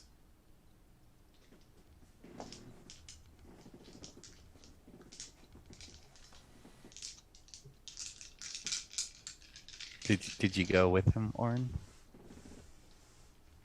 Orryn was pretty sure he was going to, so I think realistically, because he would be pretty curious, I think he would probably be stuck down there as well.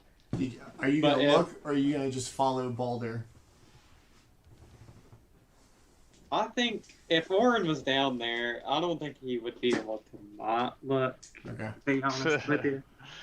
All right, go ahead and give me a charisma saving throw, please. Oh no, Jesus! Oh God. So if I am down there with him, it does change things. When Baldr got his nat 20 on that, could I use my Flash of Genius to give him a +5 on top of whatever bonuses he had? I didn't use it because I had left my token up here, but if I canonically was down there with him. Yes. Sure, we'll retro again. Awesome. So Well, that puts him at a, canonically, he was down there. that puts him at a 25 before any modifiers. Okay. So, I don't have Baldr, any modifiers, so if you add 5, it's 25. so Oh Jesus, you guys were consumed by the darkness. yeah, sorry. I was like, I lost That's it. all I right. rolled a 10. There we go. So as Baldr looks, just able to escape the trance of this horrible sight encased in the ice, stare upon it. It reminds you of a frost giant you saw frozen in the ice many weeks ago, just in this giant sheer wall. Just a horrific thing that you have never seen, but is absolutely terrifying. And you are able to look upon it, but cannot really fathom what it is. So, like I said, you know, seeing things that are unfathomable is pretty familiar to Baldr, at least in the beginning parts of his life. You know, seeing like cities that basically are just war machines move across the sky and stuff, like in the land and stuff like that. So like basically seeing something that's horrifying is just like another realization that things like that exist everywhere. So I'll just kind of like, having sensed Orryn's like presence, I'll kind of like press him against the wall, like kind of basically like almost like a parent would do to a kid, just kind of like arm over the chest and kind of like, you know, brace for impact kind of thing, like force him against the wall. Orryn definitely needs that with a -1 charisma. I rolled a 10 if you want me to roll. So you were frozen. The same thing. Baldr, having escaped the trance, knocks you against the wall, breaking your line of sight with the sight, and you have a headache. You, like I said, you can't describe it, but you know you will never forget the image burned into your head and the abject fear that you felt while staring at it for what seemed like forever, but was probably only a few seconds. Big spotters.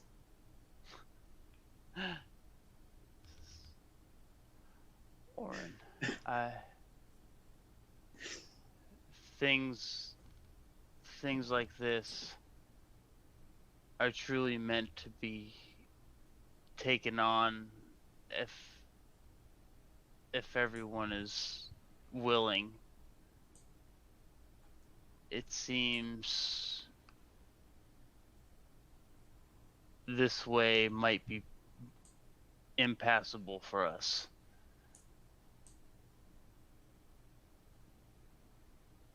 I understand, and he's kind of like patting his shoulders off because he still feels like there's a million spiders running all over his body, and he's kind of like, you know, like he feels like they're still crawling up his skin as he keeps trying to get the feeling off of his skin.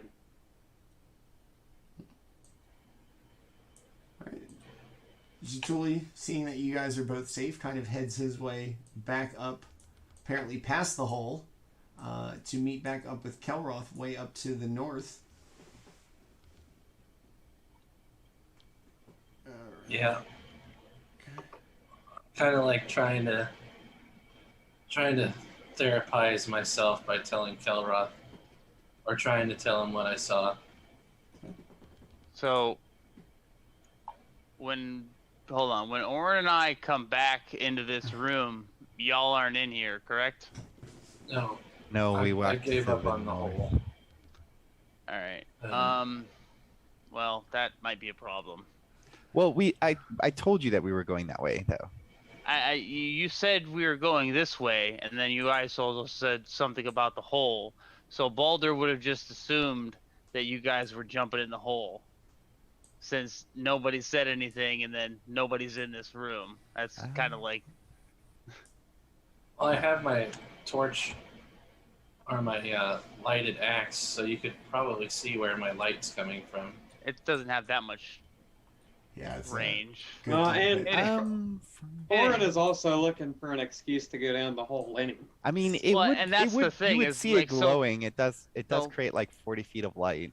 Both Orryn and I also were kind of interested in this hole. So if you guys weren't in this room, here, hold on, let's do this mathematically. That's that. Hold on.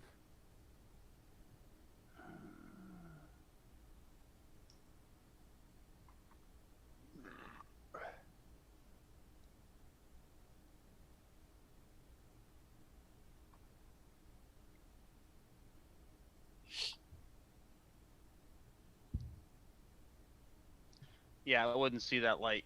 It doesn't matter. If Orryn and I were coming back out of the hallway, and you guys weren't in that room, Orryn and I wouldn't see that light. It would be just out of our peripheral. Oh.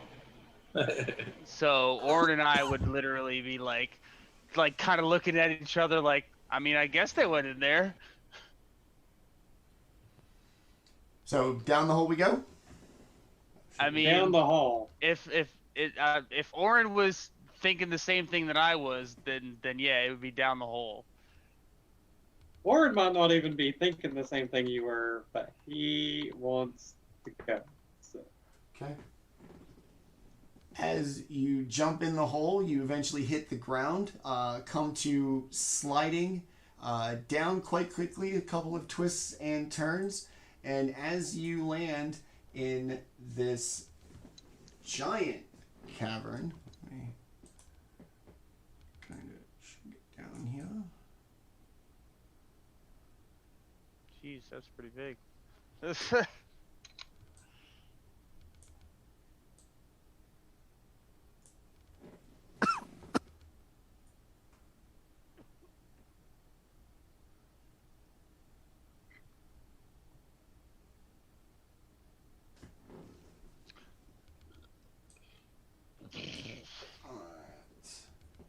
So you will come crashing into this room with 3 giant pools of water that are noticeably hot and like viciously bubbling like water on the boil. This room is unbelievably humid. The boiling water of these 3 pools causes condensation on the roof of the cavern, and all along the top of the chambers there's a small snow flurry, leaving essentially fresh snow on the ground. And as the fresh snow hits the icy floor, everything's a little slushy, everything's a little difficult to move. Caused by ice and stuff like that? Yeah. No, sir. Not for me. Okay. Orryn, you guys come down like right in this pool that is, like I said, just bubbling hot. Big old bubbles coming through here. Everything has an exceptionally like briny, salty smell to it.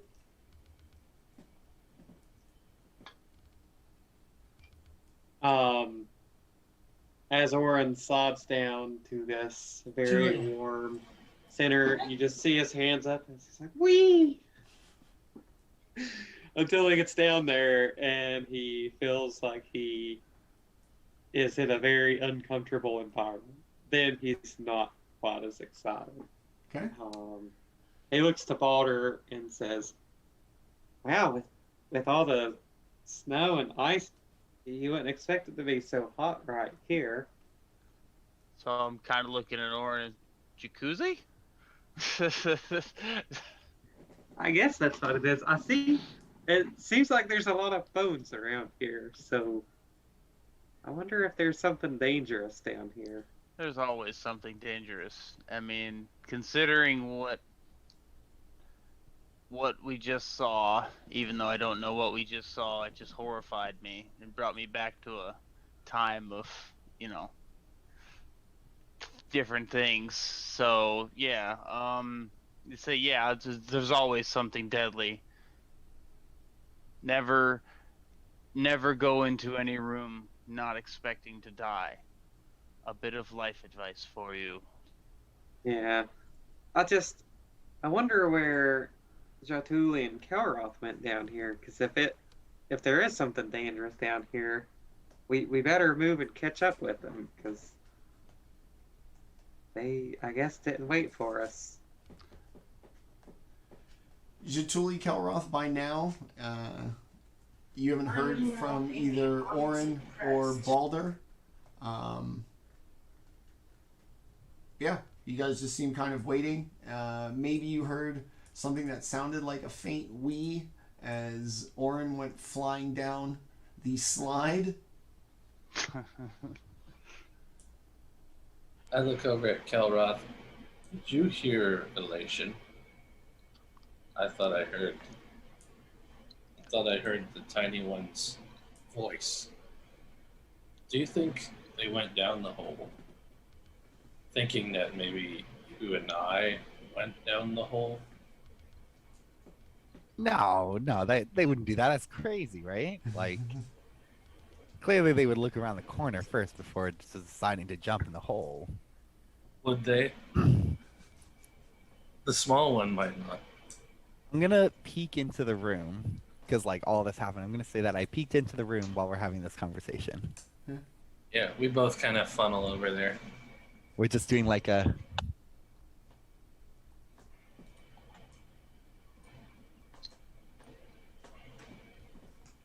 Come with me, Kelroth. I kind of drag you along. Oh, I want to see what down the hallway. Anyways, yeah, we're going. All right. I die. Jaatuuli gets on his belly and penguin slides it. Coming in hot. Okay. Yeah, coming in real hot. Not a good idea. Like a big man penguin is. Like a leather torpedo flying through the ice. Do I hear the sound? Like the actual like. Somebody's about to get like the basically if Baldr hears the sound like coming up behind him, he's basically just gonna like ready to kick whatever's like coming up, sliding down the hole. It's not a. They come sliding down, skidding slowly, and you guys two enter this giant room, humid as hell, warm, with like a slushy kind of footing to it, and 3 massive bubbling, boiling pools with a real briny smell in the room.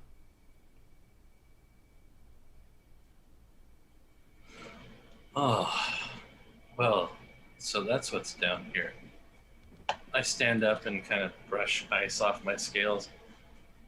So did you guys think that we went down here and that's why you went?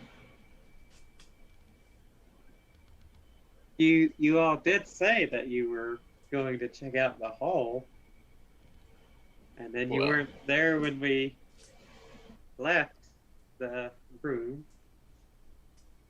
I look over at Baldr and like, really, Baldr? You just went? You didn't bother to come look? Why would I?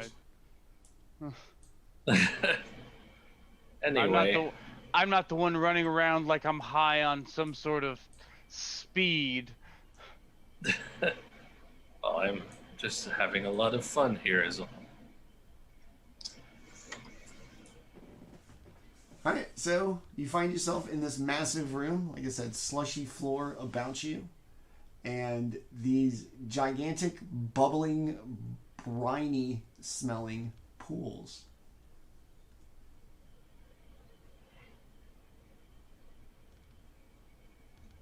Come on, fuck around. It's time to find out.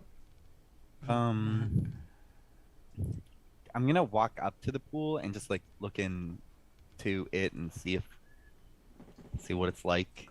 See if there's anything in there. It appears to be kind of that dark winter seawater green, churning and bubbling. You can almost feel like salt drying on your face as the vapor from the hot pool hits you in the face. Give me a perception check, Kelroth. Okay, I'm gonna clickety clack. Here we go. Hiya! Natural 1. Wow, wow, wow. It's too steamy and I can't see anything. Ugh. It smells kind of gross You're too. fogging up your glasses. No glasses. My contact lenses are fogging up my contacts. Kelroth kind of wanders over, looks in the pool, kind of. You know, Is it by the- really hot though? I'm gonna put my it's- hand close to it. It is really hot. Okay, I'm not gonna touch get it. kind of close to it. There's gonna come a point where it's almost gonna be like pure steam. Ouch. That hurts like shit. Yeah. As I reach down towards it and it gets really hot, I pull my hand away. Can't see it anymore. I'm not gonna burn myself. Okay. Nice. Alright, what do the rest of you guys want to do? I'm gonna walk around over here, see what's going on with these bone piles. They appear to be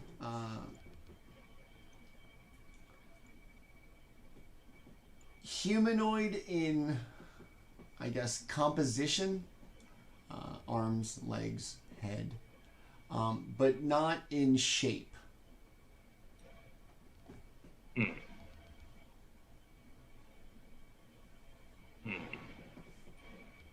I'll take one of the heads and throw it in the water. Bloop. The pond closest to you? Yeah. Okay. As you throw the skull, you barely hear it splash into the water just because the sound of the bubbles is so loud, and the water begins to churn and churn and churn, not just like a vortex, like a naturally occurring thing, but just kind of all tumultuous like a storm. And out of it appears two young remoras that spring up from the pool. And as they break through the surface, another overwhelming sensation of warmth just enters the room as these two giant-ish monsters just give off heat. Kelroth and Jaatuuli are going to feel Raise my shield. like Raise my shield. an ambient heat from these things as they emerge from the water. And as they kind of come up and settle and look around for the lay of the land, I hide. they give out a gigantic scream, chitter, and out of the pool in the west appears Oh my fuck. the full-sized adult Remoraz, as these two little ones are most likely its children. And so ends the story of the adventuring group. I'm so yes. sorry, everyone. And Jaatuuli loves you all. this is where we will end it for the evening in the Remoraz chamber. No. They look like I bolted, by the way. You see where I'm insect at? lizards. I bolted. I think they're bugs. They're like insect they have a- snake. It's like a millipede. It's like a millipede with Yeah. It's like like a a cobra hood. cobra body. Yeah. Yeah. Head It thing. just says a Cobra monstrosity. head. Yeah. It's just basically like a millipede with like a cobra hood. Yeah. So how big is the little one? The big one is considered huge, and Oh god. the little ones are I hope there's not a boss at the end of this. I'm running out of spells. medium sized. I think we hit the boss. The little ones are medium sized. Yes. So they're almost as big as us. Okay. Or Yes. as big as us. Yes. So they're huge. Well, as big as you. Huge bugs. Yeah. Yeah, I mean, yeah. it's pretty terrifying. So yeah. You know, this might be the worst room in here. It might No. be. It might not be. Well, But this is exciting. So yeah, let me just okay, hold on, I can do it with this one. Let me just get an idea. You guys have definitely seen like about half of the dungeon, maybe. just in total rooms, not necessarily the right direction or anything like that. Yep. But yeah. So, all right. That was episode 34 of our. We're gonna run a little short. We started late, but I was like, I don't want this like hour and a half combat to end the show or keep us running long. Plus, it's a good place to start next week. So, 34 episodes in the books. Coming up on the tail end here. I say this every week. It means the world to me that these guys show up every week. And play these amazing characters, and behind the amazing characters are even better people. So we will meet them real quick. We'll go through a quick little bit of scheduling housekeeping for the channel, and then we shall get out of here. Let us start with, Kelroth. So this is about as bad as it could probably go, huh? Yeah. I'm They're sorry, everyone. ugly bugs. Like I say, he plays our cleric. He lives in the Great White North, or the Miami. We just had an unnecessary election. Woohoo! Yeah, you got the same guy again, just with less votes. Yeah. Yeah. Just like no, actually, they gained one. Oh, okay. Like think about it in your system. We ran an election and they gained one seat. Yeah. Yay, Fucking point. Yay, Like it's Trudeau. really baffling. Like I'm. All I gotta say is Parliament, Parliament, Parliament. It's like it's for us Canadians. The Liberals are. So we have multi-party system. We don't have just two. We have like 4 that get a decent amount of seats, and then we have like a couple of others. And our conservatives are your Democrats, and our liberals are a little bit more left. They are so. It's complicated to talk about this because like Americans and Canadians don't seem to understand what a socialist is a lot of the time. True. They're like, oh, Bernie Sanders is socialist. I'm like, no, he's a centrist, but he's like a little bit left-leaning centrist. Anyways, I won't get into it. The point is, we had a dumb election. It was pointless. It was a waste of money and time. But yeah, I'm the reason why we were late. I got a second job. I'm double working like a crazy stupid person, but it's just temporary. I'm about to go on a big vacation. I thought, hey, extra money. I got a good job opportunity, but I didn't want to give up the one I had, so I'm playing a balancing act. You know, I could always just quit one if I wanted to, so it's self-inflicted. Make that money. Self-inflicted extra money. There you go. The best kind of self-inflicted. Oh yeah. All right, awesome. All right, let's move over to Orryn. You guys wanted to go down the hole. You're down the hole. This is what you get. Boo. Orryn, if he wasn't so terrified of these huge things, would definitely want to ride them as a pet, but he wants to kill them first. But I am Landon Baker. I'm a software developer. I've got a wife, and I've got 2 tiny puppies. You know, one of them's only 170 pounds. You know, just tiny puppy. The other one is 135, I think. I have St. Bernards. They're great. They just think they're lap dogs, so I'll be just sitting there minding my own business on the couch, and they decide they want to jump up on my lap, and when they jump, they jump. I love D&D, I love fantasy games, and pretty much my only 2 hobbies here in the past couple months have either been this group, D&D, or Final Fantasy 14. So, Oh been yeah, I enjoying. need to get back into that. Rarefied. Oh yeah, Just couldn't get into it. I just couldn't do it. Over it. I've had a lot of fun with it. I'm like at the level 80 in-game stuff now. Yeah, so no, I got to like 14 and was like, nope. Oh yeah. All right. As always, I appreciate this group, and that's it for me. So. All right. Let us go to Jaatuuli. you're all like high on like I don't know, lizard But- man rage and testosterone, fighting all Yeah. of these things.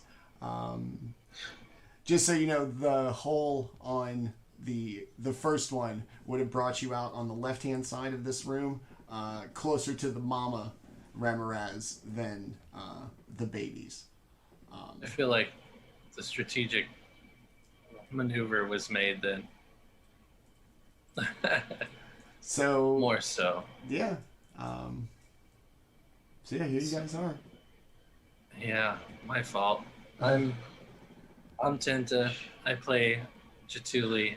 I just doomed the party to a massive fight, and I love wrestling and MMA and metal, and I love these guys, and I'm just glad to continue my 15-year-long career of D&D and fantasy games, and having a bunch of fun. And then, all right, we'll finish up with Baldr, and then we'll do some quick channel housekeeping, and then we will get out of here tonight. Go for it, homie. I'm Lewis. I play Baldr this evening. I am a chef by day, husband, father for the rest of the day. Other than that, I, really enjoy playing D&D on this channel. Really enjoy playing with these guys. Sliding down mysterious holes due to Zen-like fear induced situations. Yeah, that's all Baldr's all about, stuff like that. Right. That's our amazing crew. Like I said, without them, I would just be some weird guy just talking to himself and rolling dice like a weirdo. After we finish this, for those of you who don't know, like I said, we are getting towards the tail end of this campaign. When we finish this, we announced last week and showed a little teaser for our second campaign, where we will all stay together. It will also be on Tuesday nights at 7 p.m. Eastern Time. And that upper little box over there will be filled by the amazing Liz Bronwyn, who is our dungeon master for our Curse of Strahd speedrun. She will be joining our cast as a regular castmate, and we will be doing Eberron Tranquility's Twilight will be our second campaign. We are looking to start that sometime in about November is what we're doing. We've already started the work behind the scenes, new characters, kind of plots, that kind of stuff. We are very excited about that. Tomorrow evening should have been part 4 of our assault on Mount Celestia campaign as a result of heavy rains and flooding in a coastal colonial city. I'm gonna have to work tomorrow, so we're going to miss it. Be on the lookout for when we finally decide to reschedule it. We're trying to work some things around, and then as soon as we're done with that, we will be beginning season 2 of One Shot Wednesdays with a bunch of guest DMs and a bunch of really cool adventures that we are super psyched for. They almost all filled up in about 30 minutes on the Discord. If you'd like to play with us sometime, join our Discord. That's where we pick our pool of players. And we'll be doing one-shots until the end of the year on Wednesday. And then coming January 12th, 2022, we will be debuting a brand new 12-15 session campaign. So we'll be running 2 campaigns here on the channel coming in 2022. Once again, I'm Manny at GrowedUpGeek on your social medias, your host and Dungeon Master. Thank you so much to everybody who watched tonight. Thank you everybody who hung out in chat. Bardlock, really appreciate you coming out. To everybody, thanks for watching. We will see you next week, as there will be no show tomorrow. We'll see you next week here on Tuesday night, 7 p.m. Until then, thanks for watching, and we'll see you all later. Bye-bye.